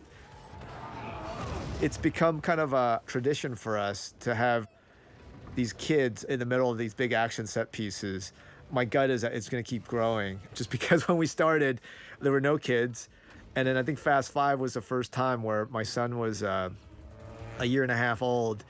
And I was doing the vault scene, and I wanted to kind of inject a little bit of humanity in there. And I thought, oh yeah, you know, what about like a young kid? And I thought, oh yeah, I have one of those. And then that's when we started. And then it just kept, you know, for me, it's always good to kind of connect with humanity in the middle of these set pieces. So it's become a tradition for us.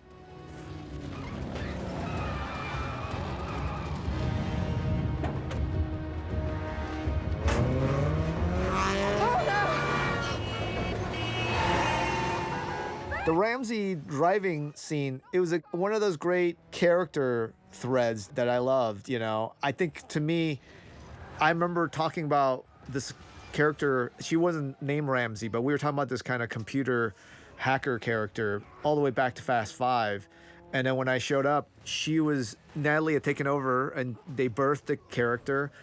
But it was interesting to me meeting with her. It was very clear that like there was so much to her that hasn't been explored. So it was just a great opportunity to be able to kind of introduce something new. You know, the fact that I always love meeting not savants, but even geniuses, and seeing that they are human beings. You know, she could hack everything in the world, but the price of that is that she's never driven a car. And that was very exciting for me to be able to explore that. And I think it's unlocked something that now I feel like I have a better sense of Ramsey, and there's going to be a lot more that we get to explore.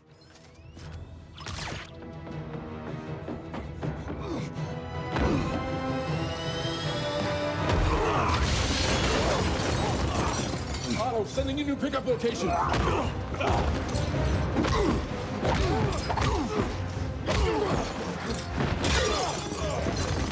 I've got it. I'm headed to you now. And here where you can see the brother fight, you know, there's something that I wanted to be in close quarters, and it was something that I felt like tonally it needed to capture anybody that's ever had siblings, where, you know, you can fight strangers, but something about blood where it always feels 100 times more intense. And that kind of like evolved to them going through like, you know, walls and windows and everything. And this is really more of just an exercise of trying to articulate for anybody that doesn't have siblings, you know, if we were able to manifest that into an action sequence in a fight, what that would be, and the scale of that. It really was not even the physical kind of objects and things that, you know, we were designing. It was more the feel for it. So it was kind of a great exercise of doing that and giving it its own kind of tone that's different than the rest of the sequences.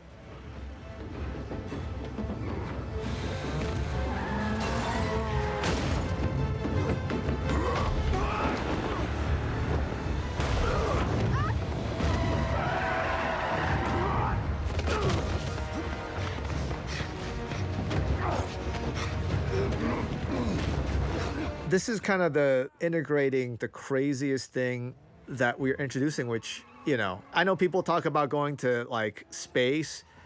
I actually think that after talking to NASA scientists and everything, I actually felt like there's much more sound science going to space. This whole magnet tech actually didn't start off as like me going, hey, let's go and explore magnets. It actually, we were doing this scout and I was actually in Hamburg, Germany, and I was interested in particle accelerators. And I remember going underground and walking it with these scientists, and they were talking to me about particle accelerators and the magnet tech that it took. And actually, that's what kind of inspired this whole thing. And so I started asking questions about magnets. And, I think we ended up in some restaurant having our lunch and with pints of beer. It kind of evolved from particle acceleration into magnets. And so that actually was the origin of this whole thing. And I started asking about the magnet techs and everything. And I think with everything, it was always started off in reality. And then I think the questions I had was more of just kind of aspiration of that technology. And it just kind of set me off. And I think that was kind of the origin of kind of what we were going to do in this film. And it became, I wouldn't say like fiction. I was still based on something. I think a lot of it was kind of in theory, and then creatively, I just took license to it and we just kind of evolved it. So at the end of the day, I actually think that, it's interesting because it was based on something that was science. And then we just, through questioning, it kind of evolved in something that maybe one day science will catch up to. I don't know, but it was something we were playing with. We're the good guys. Me, I'm Luke freaking Skywalker. Are you sure about that? I mean, I get the daddy issues, but look at what you've built. Really? Luke? You're right. No, I'm more of a Han Solo. No. And here, this scene between Cypher and Otto, it is one of those, again, is one of those really kind of scary things to conceive, because if you see the earlier scenes, she started clocking Otto as her ticket way out. And here, we needed a scene where she was going to be able to kind of pull him in, but not only kind of destroy kind of his being, his philosophy, but knowing that he's going to come back and open up that door. And we had to do that in that one quick scene. But on the day working with both actors, I just felt like, without them, there's no way we were able to have a chance. So, it's again, one of those kind of the gymnastics of trying to make sure that maybe you don't get it in the first bounce, but, when the twist and reveal happened, it will all make sense. And I felt like Charlize and Tua just did an amazing job in that scene. There is literally zero industrial or weapons-grade electromagnets I can find that are this powerful. Look at the ball strength level here. It's crazy. Watch this. So, this kind of going back to the magnet tech, we have actually spent way more time in a lot of the tech that was kind of based on science, and it just kind of evolved into kind of our world. And I know I spent way too much time. I think even in shooting it, there was a lot more logic into the magnets. Ultimately, they're still there if you freeze frame it, but it's actually in the edit, I decided not to like really spend too much time on it, but it's there. And we actually, in the construction of it, there's actually a logic to everything that was happening.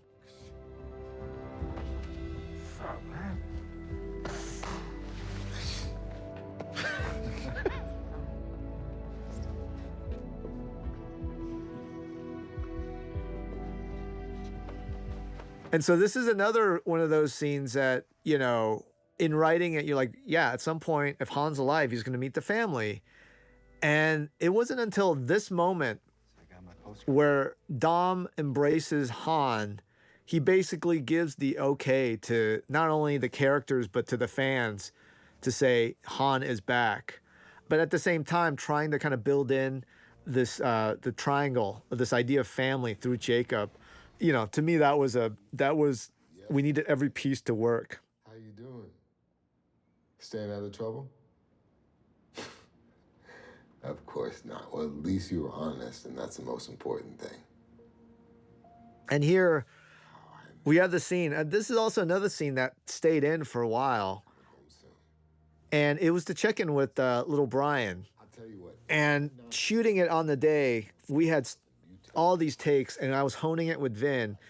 And ultimately, I told him, I said, look, I'm not going to cover this. I'm not going to edit this. So we're going to have to get this in one take.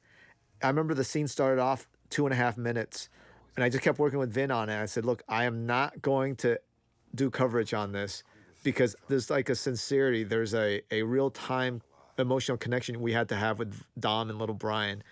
And Vin just was on his A game. He ultimately got it down to what we wanted to, and it was very sincere. Ultimately, I ended up cutting it out of the film because it's something that I felt like was so inherent. It worked so well in the beginning that we didn't need to do that. Can you just be quiet for 1 minute? We made plans. We had dreams. So what's our next adventure after this? You know, here we're seeing the flashback to the connection between Giselle and Han. You know, this is on Fast 6. And, you know, we were always very conscious that Giselle and Han, every time we had a chance with them on screen, was going to get closer to Tokyo. And so it was really fulfilling to be able to actually come back and revisit that moment. Because when we shot Fast 6, we definitely planted it there, and it was going to launch Han into Tokyo. But to be able to kind of bring that back into the Justice for Han, it felt very appropriate. You can lose an asset at any time. Bullet, knife, wire. But I never thought I'd lose her. And Kurt here, you know, the connection between Mr. Nobody and Han through Giselle, it was also another thread that I hope one day we'll be able to explore, because it was so much fun kind of working on this thread. Because when Giselle was introduced into the fans, it was actually Fast 4 with Braga, and they were doing the tunnel runs. And I've always felt like her connection was actually through Mr. Nobody when he was still with the CIA. And so I remember thinking that. And again, Mr. Nobody was a character that we had talked about before I left. And then Kurt Russell showed up. And I remember meeting Kurt when I wasn't doing the Fast. We were actually looking at another project. And he ended up talking about Mr. Nobody and his philosophy and his history. And I was like, this is so great. And then when I saw the films, it wasn't in there at all. And so it was great to be able to kind of come back and connect with Kurt again and then actually bring that to life and know that there's a lot more to it. I was so excited to go. I forgot my raincoat. So I went back in.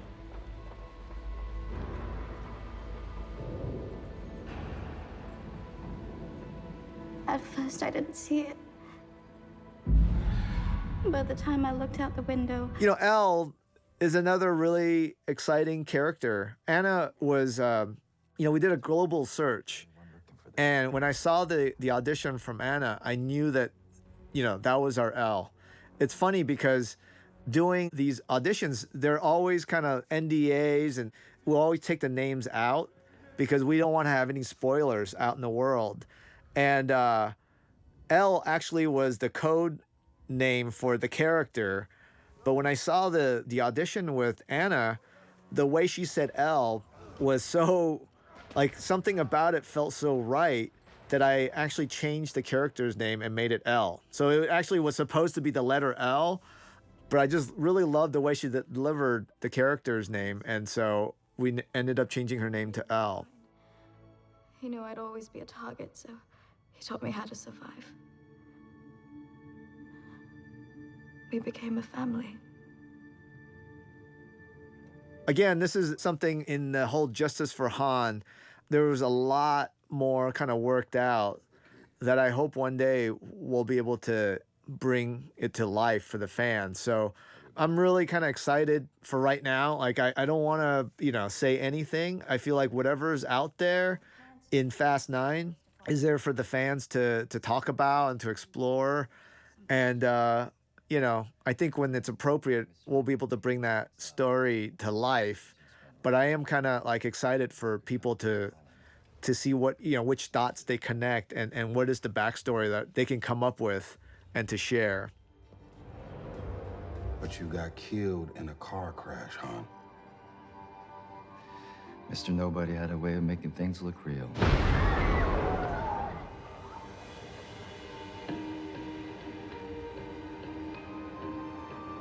This is also one of those moments where I was telling Kurt and Sung, we ended up like finding the perfect location, and it took like a while to kind of light, but there was not going to be any coverage. It was just going to be this moment that it was going to be Mr. Nobody and Han sharing that screen, and it had to say everything about the absence of Han in that world. It's some kind of hidden subroutine his system follows.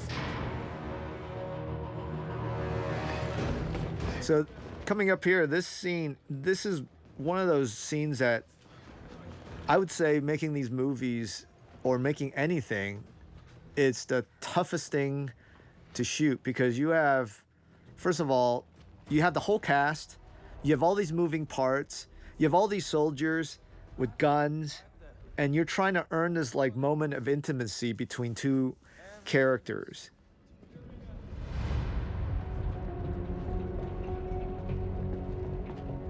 Jacob.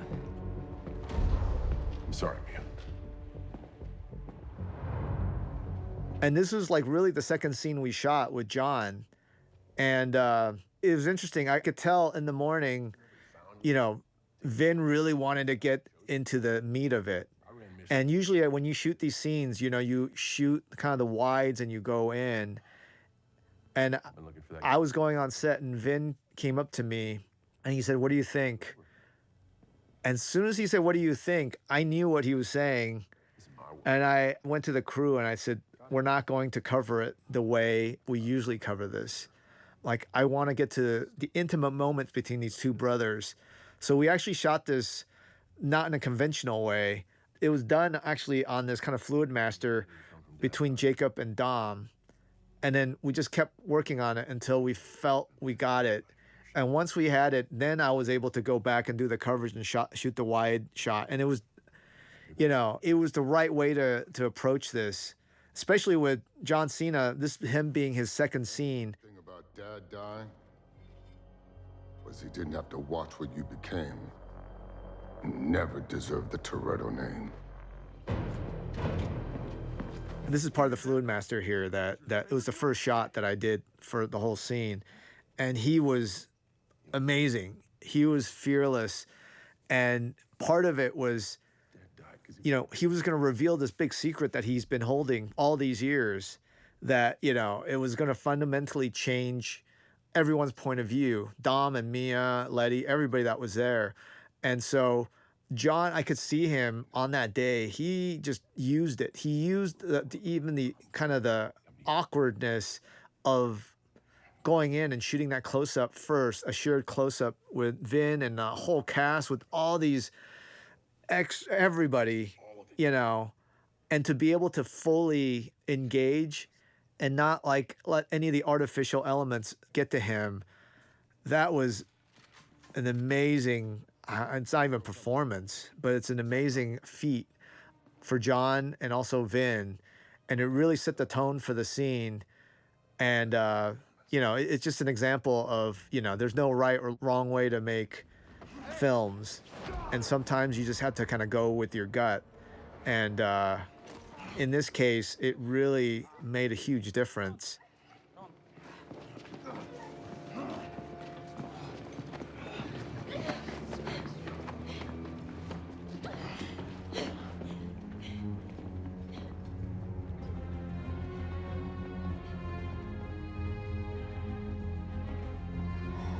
It's funny, I think a lot of times how you get characters out of like binds, when you watch movie, it's like, oh, it's like 2 seconds right here. It's like, Tej this knob.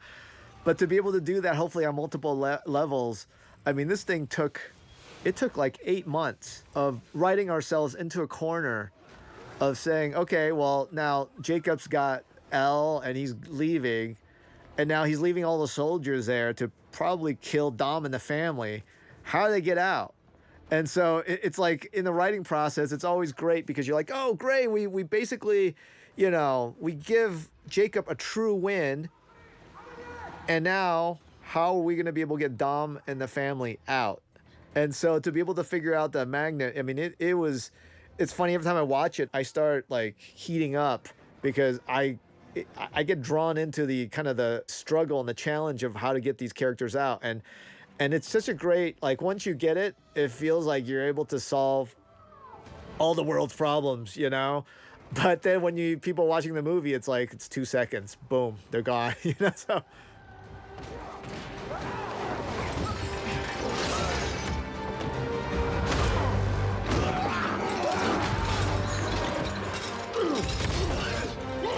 Here, this is another sequence that, for us is kind of a first time, which is actually seeing Dom be like really defeated.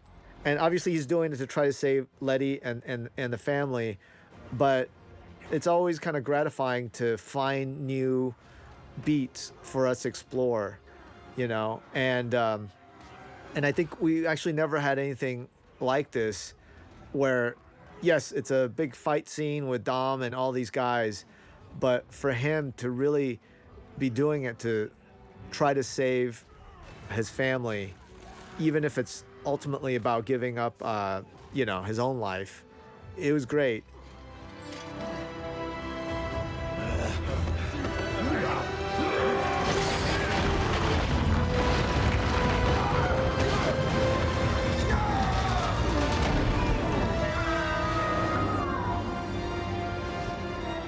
And I thought, again, if you watch it closely, there's shades of Dom in this film that we had never experienced.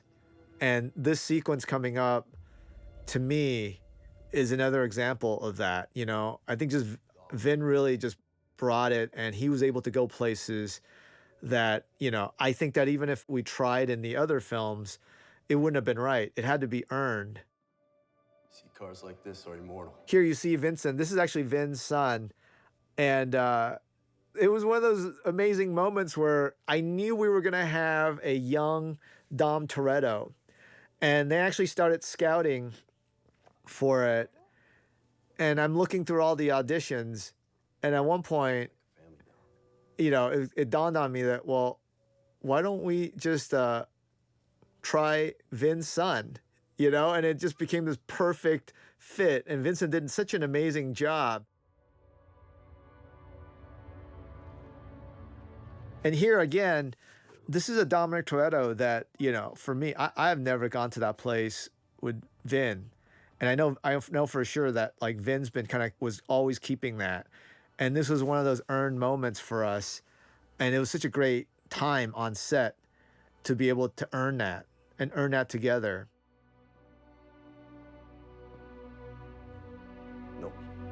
I'm good for it. It's crazy. You see that door with Jack.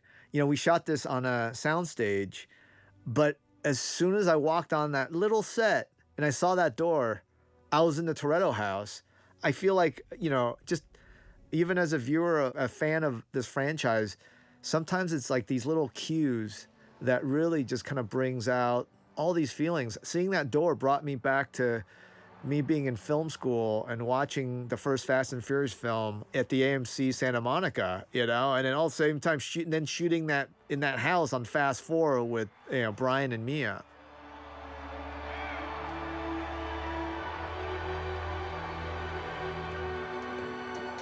I'm telling you, I got intermittent miss. Last 2 laps. On it! Get those plug wires! Jacob! Now! And here, this is the moment of connection. And I just thought, JD and Finn and Vin, even though we shot it, in different environments, it was such a great connection. And a lot of it was this moment for Jacob, of deciding and that pressure of not knowing what's right or wrong, but ultimately doing it and keeping his word to his dad. And for Vin and Dom to be able to process that, again, it's uncharted territory, and I'm so kind of proud that we're able to kind of earn that in this new chapter.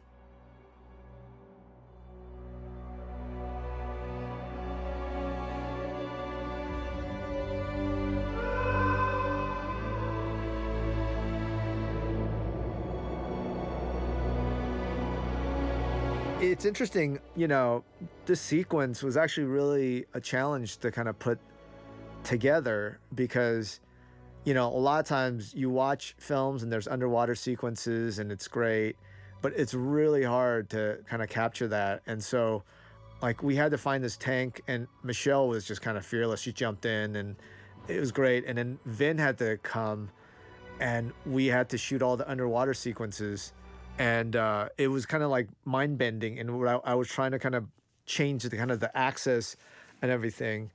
But ultimately, it was great. Even though it was only like maybe less than 10 seconds, I felt like we did it right. And both Vin and Michelle's commitment to it, like, really just helped those moments.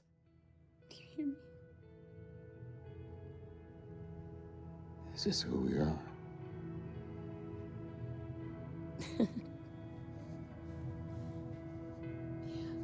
And this is, in a way, this is kind of this earned moment between Letty and Dom. We really only had various moments throughout the movie for them to kind of get to work out everything they've gone through.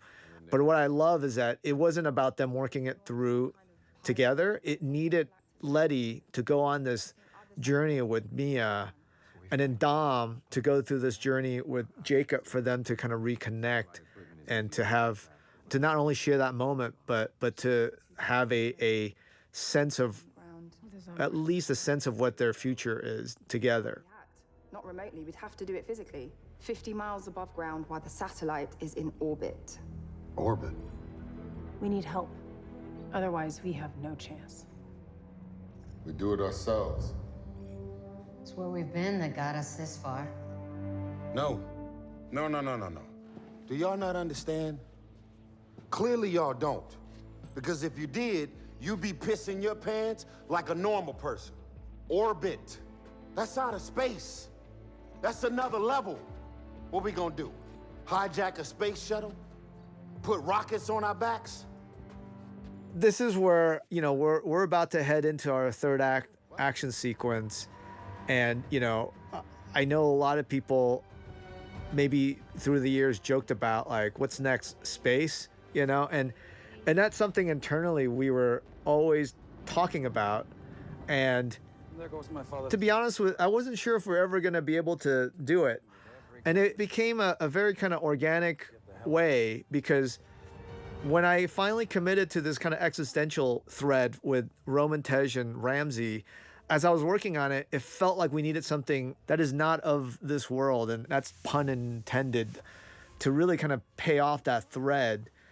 And I remember even kind of working on it, and when we got there, I called Vin up and I drove to his house, and I remember sitting down and he looked at me and goes, "So this is the one, right?" And I said, "I think so." And we both kind of laughed because, it was something that we always like would sit there and like throw the craziest ideas of what we can do and explore. But I don't know if we ever thought like, oh yeah, let's go to space on 9. It was just something that became very kind of organic, and I even, like, for me personally, it actually had a much more profound effect, because to me, I always get the sense that when I talk to Vin, when we explore and we talk about stories about the journeys of our characters of Fast and Furious, I think we always start from a point that we're never supposed to be here. Like, I remember growing up, being a filmmaker was, when I would tell people, it was like, it was not a possibility. And I know that, having gotten to know Vin very well, he went through the same thing, And Michelle, same thing. She was a Jersey girl and, sung all of us. And somehow we all kind of found our way to each other, like with Vin, it was about making this indie film and finishing it. And even though nobody believed in him, he got into Sundance, and that's where Spielberg saw him, and he got into Saving Private Ryan. He has his own story. My story is nobody believed in anything that I wanted to do. I ultimately did a credit card movie. I met Sung and got into Sundance and changed our lives and gave me a career, And for Michelle, was just her exploration led her to Girl Fight, and she would share stories with me where the fact that the filmmaker Karen, she took a chance on someone new as opposed to an established actor, And somehow we met each other, and we started kind of making these films that wasn't a given. Like, I think when I joined, Fast and Furious was not Fast and Furious today. And for me to say, for sure we're gonna have a sequel, that was insane. We had to earn it. And then by earning it, I got to work with Vin and Paul and Jordana and Michelle, and we just kept challenging each other, you know, and that's the spirit of Fast and Furious. And at the same time, there was no IP, there's no comic book, it's not based on anything. It was whatever we wanted to do. And I think it was very clear for us from the beginning that we were never going to just do the same thing over and over. This was not going to be James Bond where it's the same character or characters that just going to go through different adventures. We were going to honor these characters, and as they grow, we were going to grow. And now you're seeing us, you know, these characters have gone together, had kids, and now we're doing these big action movies with our protagonists who actually have like kids at home, you know? And I think that's what's so unique about it. And to be able to kind of grow together and not be alone, you know, I can go all the way back to, you know, meeting Tyrese on Annapolis and getting to know each other. But we were so different then. And to be able to build that trust where now I can put him and Chris in a, you know, deep sea diving suit and say, you're going to attempt to go to space. That's meaningful to me, you know, and to us. And so going to space, it had all these profound meanings that I wasn't even really conscious of until we did it. Ready to go scuba diving in this old ass thing. Don't listen to him. We ready. We? Yes, I said we. I thought you was invincible. Let's see how invincible your black ass is after this. Punch it! Oh my God! I don't want to die! Ignition!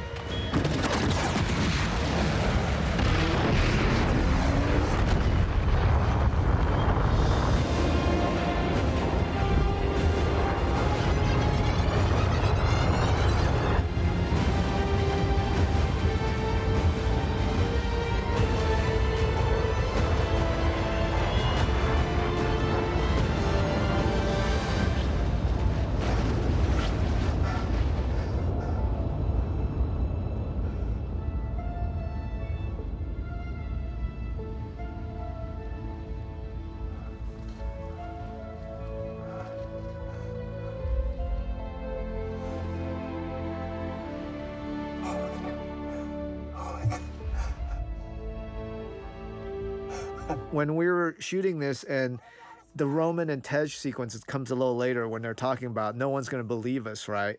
It actually had a lot more meaning. And those were actually improvised. And when they said it, I really had this kind of emotional connection to it. And I felt like, okay, great. Because now that we're up here, we're going to definitely, that's going to be in the movie. Because we're never supposed to be here. You know, we're not supposed to actually be making Fast 9. And this was never supposed to be a franchise that was going to be like, you know, such a big part of Universal's legacy, you know? And so, yeah, to be able to see the sequence actually, it meant a lot more. And, you know, it is definitely a lot of fun. I would say that, you know, talking to the NASA rocket scientist, at first, he just thought we were crazy. But soon, I think he realized we weren't trying to duplicate our space to outer atmosphere. We were actually really trying to figure out a real way to start. And so those conversations were awesome. It started off with fuel, the amount of fuel that we would need. And it led us to the launching point where, you know, I knew we couldn't launch our characters from the ground. It would just take too much fuel. So then we looked at the, you know, Virgin Galactic and some of the kind of space shuttle tests they did. And, you know, we realized if we launch the, you know, the craft from higher altitude, it'll be a lot less fuel, and actually has been done. So it was just about making sure that, you know, we had characters that was trained in that discipline. So Earl and Sean and Twinkie actually felt very natural because these are characters that are kind of savants, you know, and as they kind of lived in the universe and us not checking in with them for the last, I don't know, 10 years, that they would naturally be, very much into this idea of pushing kind of vehicles into new realms. And so, anyway, it is crazy. I know that, people have seen the trailer and they thought, oh my God, they're going to space. But I could tell you that I think aside from the polymer and some other things, it is actually very sound what we're doing. And we've had many, many really great conversations with literally rocket scientists to get all that going. I think if anything, the magnet tech is actually maybe a little more further out, and I just took the principle of a lot of stuff that they're working on in that technology, and we just kind of build off of that. And yeah, I think a lot of times you see the knobs being turned right there, which is to repel or to attract. But there are actually, if you look at Ramsey's computer, there are a lot more kind of specific kind of things that they're doing with the tech. And I shot it, and actually, ultimately, I just felt like it was going to be more confusing in those cuts. So the tech is there. If you really look closely, it's actually there. We actually had footage, but ultimately, it just was not. I just felt like it was confusing people more. So I just kind of simplified it.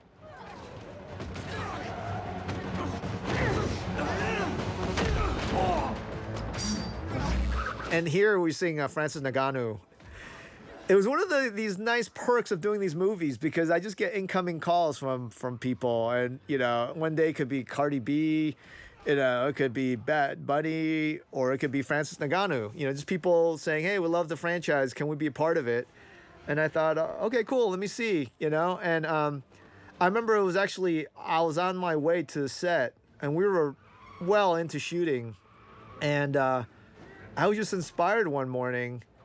I was listening to this Carpenter song, Top of the World, and for some reason it was the structure of the music that it was like a three-parter that really inspired me, and I started writing, and this whole sequence was written in that car.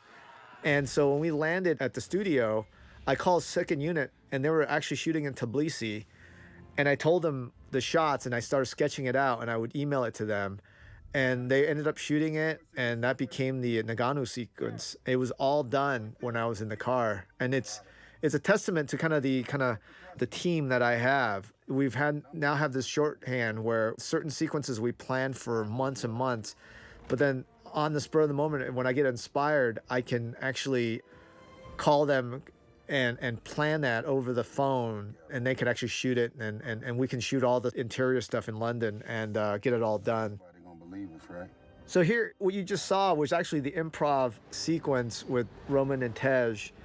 It was one of those things that when I saw it, I knew it had to be in the film because it was never scripted, but it was a sentiment of we're never supposed to be here.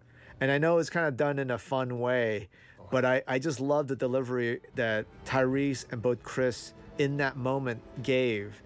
And it really kind of says it all for all of us. I think, behind the camera, in front of the camera, and it really captured the essence of and the spirit of Fast and Furious. And so it's one of those great kind of things that in film that I love is that sometimes you can plan and plan and plan, but if you do that enough, you get this spontaneous moments on the day that kind of outshines all the planning. That's what happens, the magic of filmmaking.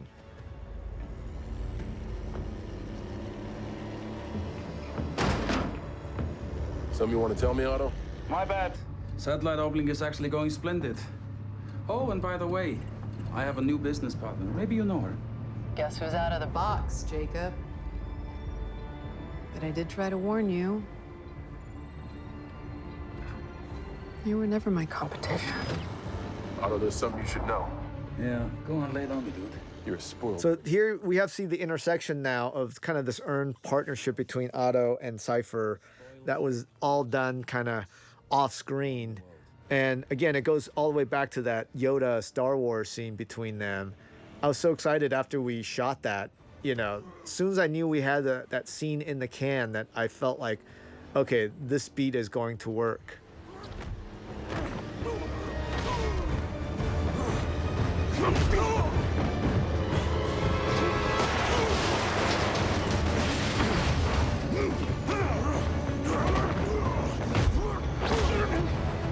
And again, these sequences are so complicated to put together. It takes months and months to plan, and then you location scout, and you have to scan the location, and they have to pre-visit, and then we have to go through stunts to make sure that they can execute everything that was planned. And here, it looks like two cars. That actually was two stunts done at the same time, a cannon and a ramp.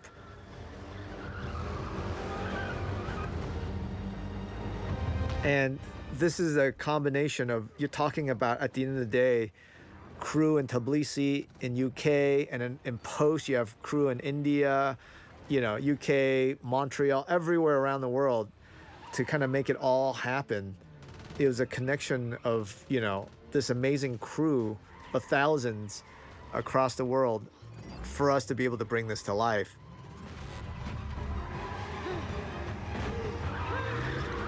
And this is one of the craziest moments of hitting that. And we actually did that practically. It was done in pieces, of course, but I was very proud that we were able to capture all that in camera, every beat of that.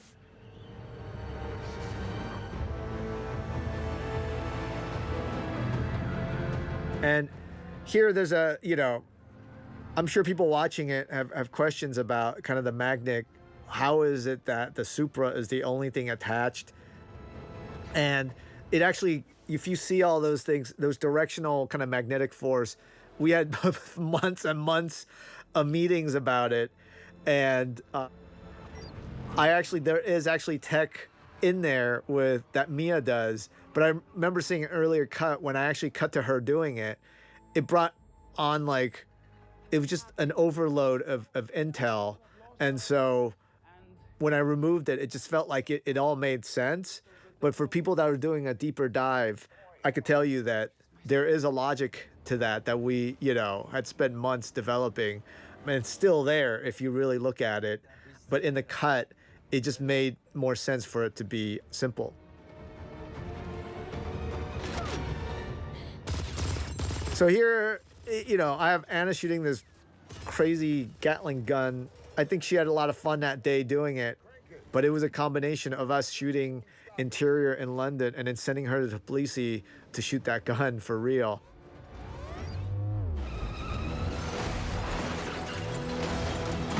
And a lot of people, they asked me about this sequence, and as you can see, there's no way we can duplicate that in the visual effects world. So I was giving notes, and I just kept asking them to throw more cars. We call it the armadillo. That's something that we built from ground up. And so, my note for them was always to keep throwing more cars at it. So I was very happy the way the sequence turned out.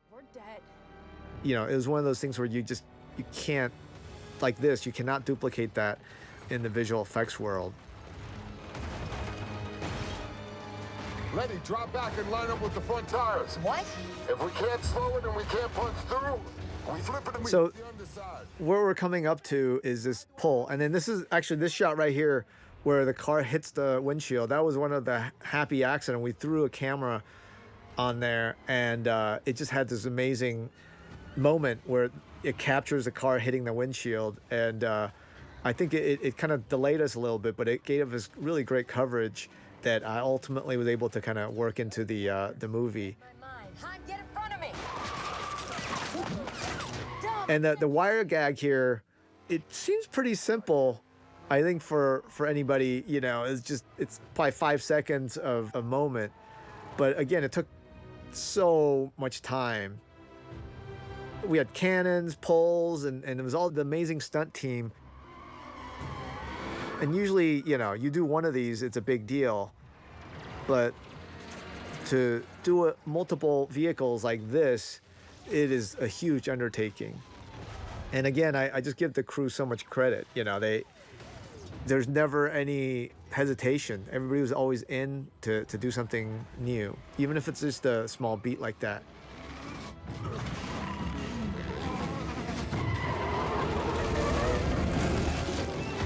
And so for this beat of the flip, we actually had to build so many different rigs to do that. And one of just for the head of the armadillo, And then actually for a lot of this, we had to capture in camera just for reference.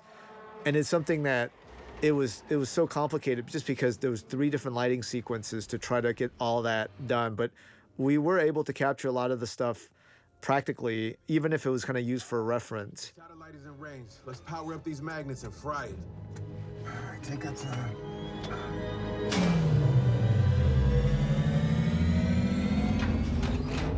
I have to say, I think this coming up here with Chris and Tyrese, to put them in the most ridiculous outfits and to be in this ridiculous vehicle in this ridiculous situation, and for them to really kind of connect on an emotional level, oh my goodness, I'm so proud of them. I would say with everything that I've done with them, this is my most proud moment with them because they're showing up. They look like minions. I have them like hanging from the set, for hours and hours.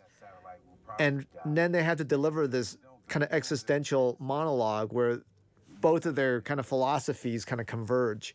And that, Tej, who's always driven by math and science, is basically saying that it's an impossibility. It's 1 in a million. And then for Roman, who's basically the dreamer, saying, well, if it's 1 in a million, why not? Let's go for it, because we were never supposed to be here. And it says a lot about like us as a franchise and us as a kind of family, in front and behind the camera. And you can hear it in Tyrese's performance. It really captured that, and I remember thinking about rewriting it and, just as an exercise.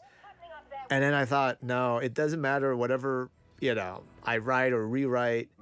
Whatever was captured in that moment between Tyrese and Chris really says it all for us. And for us to be, doing this crazy action sequence and then getting into that kind of emotional moment for all of us, to me, that's like the secret weapon a lot of times, to be able to surprise people. And I think people a lot of times think the surprise is in the craziness in the action. But for me, it's always kind of the emotional moments that we're able to capture. We did it! Let's go. Yes! Not bad, man. Not bad at all. We're about to hit the sequence here where, for the first time, I ended up taking out this huge kind of action beat. And this is not in the cut, but I love it in the extended cut because it took us months, and we shot this practically. We went through simulations, we went through all these things, and it was a combination of cars going through buildings and CG, simulations of a crumbling building and stuff. And I still love it, but ultimately, I just felt like it wasn't contributing to the emotional connection, which is this next beat of Dom and Cypher. And I took it out, but I still am I have to say, even though I felt like it was the right choice, I was bummed. But I think as a filmmaker, it gives me a lot of peace to know that we have this extended cut. It was always, I think in conception, it needed to be in there. But I think, ultimately, we just had so much. I felt like the right thing was to take it out.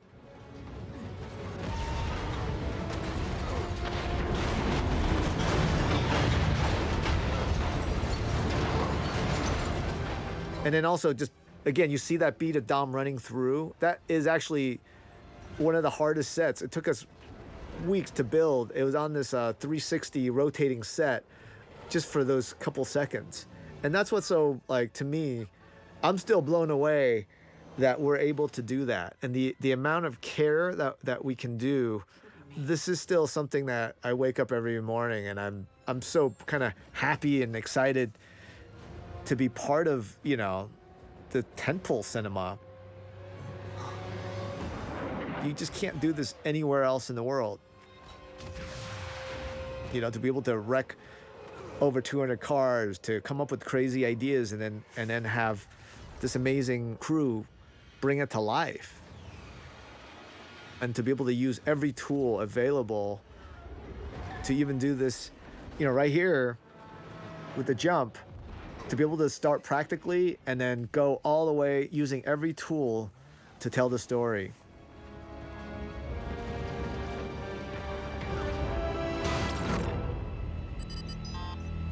So coming up here with Cypher, this is probably the beginning of something that I'm really excited to kind of explore with both Vin and Charlize. And this is I'll point this out as one of those luxuries. For the first time, I allowed myself to think of it as a final chapter so that we can have scenes like this. A lot of the credit goes to Vin and the studio, because I've always wanted to only treat every film, every chapter as its own journey, and I didn't want to engage. I want to earn the next chapter. But Vin talked me into thinking of it as we've earned this final chapter, and Fast 9 is really the first film of the three. So it allowed me to be able to kind of explore things and have scenes like that with Cypher, which is suggesting that there's more to come. This is the world I chose, though. Dad wasn't perfect. And then, of course, here, this exchange, it harkens back to the heart and soul of the franchise, of the first Fast and Furious. And even though, Brian O'Connor's not physically part of this film and journey, it was very much an effort to always be conscious that he is part of this universe. And anytime we can, have moments that helps the audience connect with him and to know that he's still in this universe, it's really important. And this was one of the great kind of finds. It was, again, very organic and earned, but it's also very much part of the DNA of where we all came from.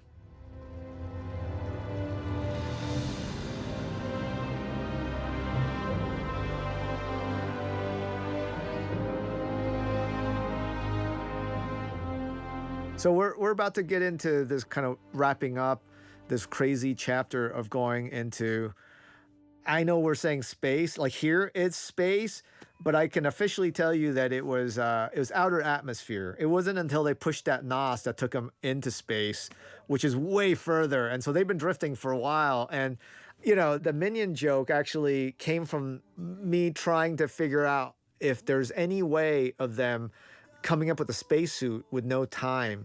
And I was talking to a rocket scientist, and it ultimately came into this idea that, deep sea exploration, diving suits are very close to astronaut suits. And so the idea that they blow up, that's all kind of based on real science.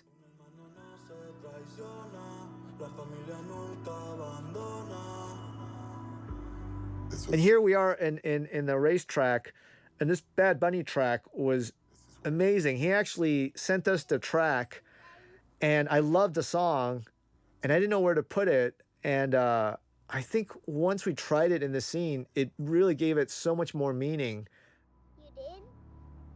And it was just, again, I feel so lucky. When I first joined the franchise, people weren't sending us tracks to try. And now we have all these amazing artists that are just kind of sharing with us materials that they've created. And when we were able to find these amazing connections, it just makes me realize how far we've come. And the fact that it wasn't always like this, and it was something that we've earned together.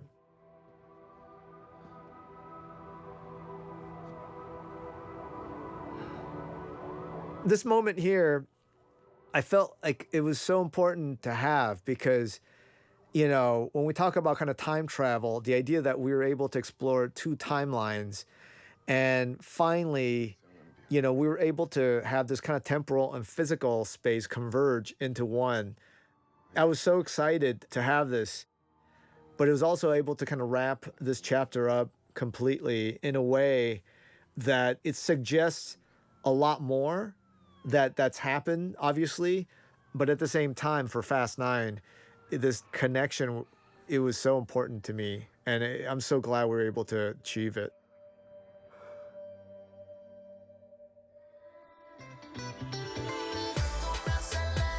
And so the Toretto house, under construction, that was something that I also wanted to earn our way to.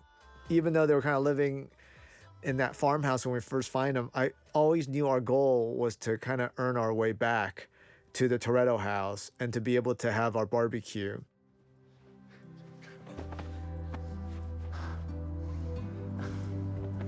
I'm sure when people saw the trailer, they expected Han to be with Sean and Twinkie and Earl, and I love the fact that for the first time they see each other is actually in this moment of the film, that they actually weren't connected at all, and that they were able to kind of find their way to each other and to kind of be introduced to Elle, their new member.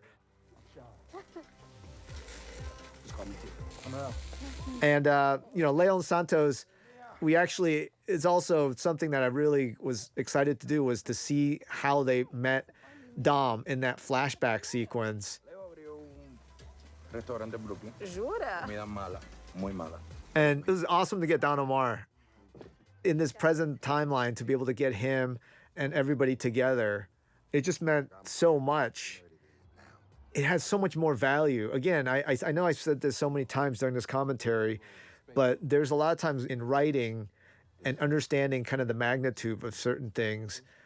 But then there's a difference between that and then showing up on the day with all the actors, with the whole cast. And it really kind of elevates it to another emotional level that I think on a cerebral sense, writing it, you understand. But until you get there and you shoot it and you're in that location in the Toretto backyard, you truly feel it.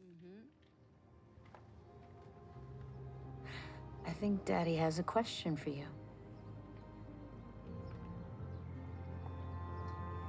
You ready to say grace, kid? But I don't know what to say. Oh, it's easy. Here, obviously, little Brian, joining the barbecue, the family barbecue, is significant because it also suggests that, he's going to be at many more barbecues. Little Brian's ready to say grace with us. Nice. I think that the empty chair, and I remember sitting there with the set decks and trying to find the right color to match for Brian. And then at the same time, like having Brian show up at the barbecue with his skyline, for anybody that's been part of this franchise, I just felt like that was the right way to approach his presence in this franchise, but hopefully doing it in a respectful way.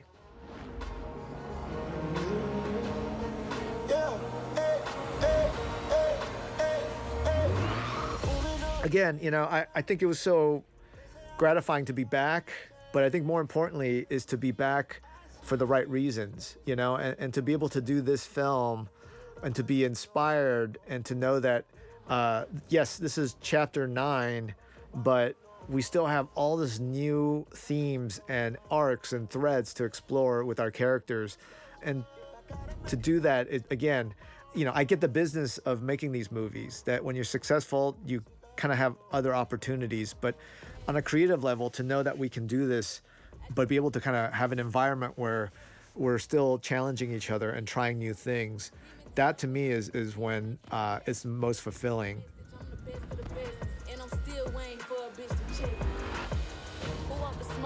And I think at the end of this, it's interesting because I knew we were going to have a tag. And I remember shooting Fast 6 and I was leaving. I knew I was leaving. And I was talking to Jason Statham for a long time about joining our franchise. And I remember in London, I came up with the idea that he was going to be Shaw and that Shaw was going to be the one that killed Han. And and I called him and he was awesome and he came in and did the scene. And then I finally officially decided I was leaving. I had a long talk with him. His first reaction was, if you're leaving, I'm leaving. I'm not going to continue. And I said, no, please, you should. I think there's still a lot more story to be had. And he's obviously stayed. But I always felt bad because he came and did that scene for me. So it was great to be able to come up with the idea for this. And it's in many ways, this is the continuation for us, and to be able to call him and say, hey, can you come in here and do this tag?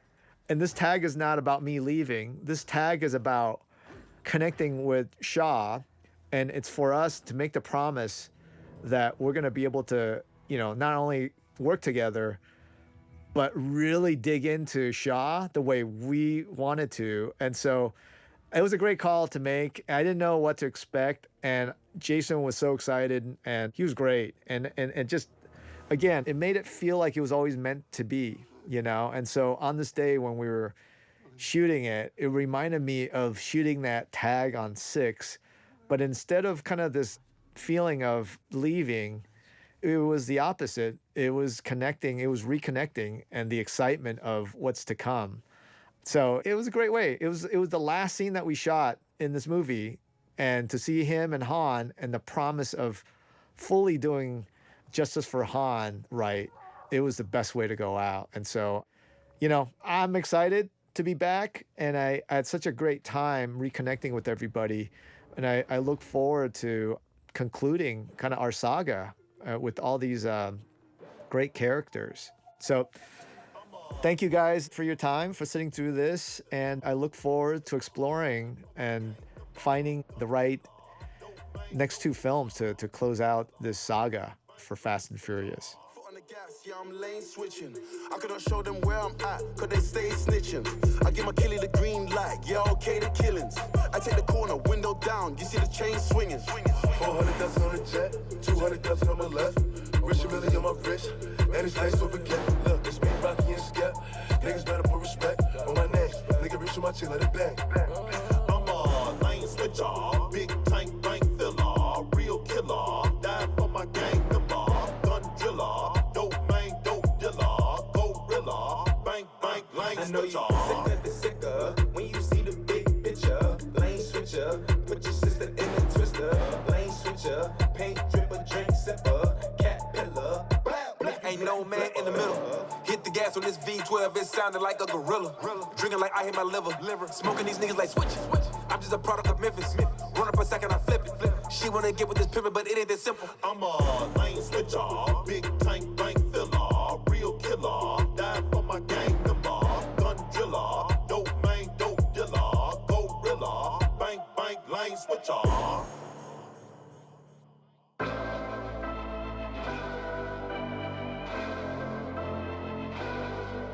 I got that heat coming in hard, pull out that flame, ready to spark, turn up the beat, tear it apart, tear off the leash, I'm in the yard, I hit them hard, I hit them hard, I hit them hard, I hit them hard, ready to eat, never gonna starve, run with the beast, swim with the sharks, I'ma get mine, put it on guard, I set the cross, now who the boss? Lamborghini with 100 in it, ride on them in the drop in it, get the money on the money mission, had to focus, keep a ton of vision, no mercy, I'm not even playing with them, knock 'em off, I had my man hit 'em. I made me some bands with them. My diamond, they like to go dance with them. No talking about jogging, we running the city. Opposition now under submission. You moving your tongue like you coming against me. You hurting your feelings, convertible ceilings. Won't push up a button, you coming up missing. Count it up, tuck it, take nothing offensive. Touching the mills, what I love turned against me. Let me no choice but to run it up. I hit them hard, I hit them hard, I hit them hard, I hit them hard. Ready to eat, never gonna starve. Run with the beast, swim with the sharks. I'ma get mine, put it on guard. I set the cross, now who the boss? I hit them hard, I hit them hard, I hit them hard, I hit them hard. I got that heat coming in hard, pull out that flame, ready to spark. Turn up the beat, tear it apart, tear off the leash. I'm in the yard, I hit them hard. I'm in the dark, dominant dancing and hitting real hard. In a push start, none of my engine in the back of the car. Took up the chip and I'm pushing my limits. I'm going real fast, I'm going real far. Told her to with the boss of the business and stay in my bag and all my stars. Let's get with them crash dummies, we don't give a we hitting them hard. And I'm using my brain 100%. I don't need a job. Used to play on the handlebars, now we handling firearms. Just let me the gas and I did a dash. I pop up a pass, can't think about the past. I hit them hard.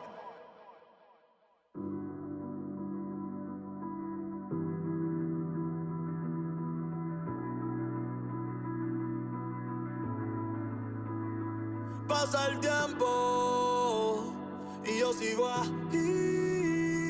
Un hermano no se traiciona, la familia nunca abandona. Pasa el tiempo y yo sigo aquí. Un hermano no se traiciona, la familia nunca abandona. Y yo no he cambiado. Por más dinero, por más mujeres, que la envidia no vive, con nosotros se muere. Y yo no he cambiado. por más dinero, por más mujeres que la envidia no vive, con nosotros se muere.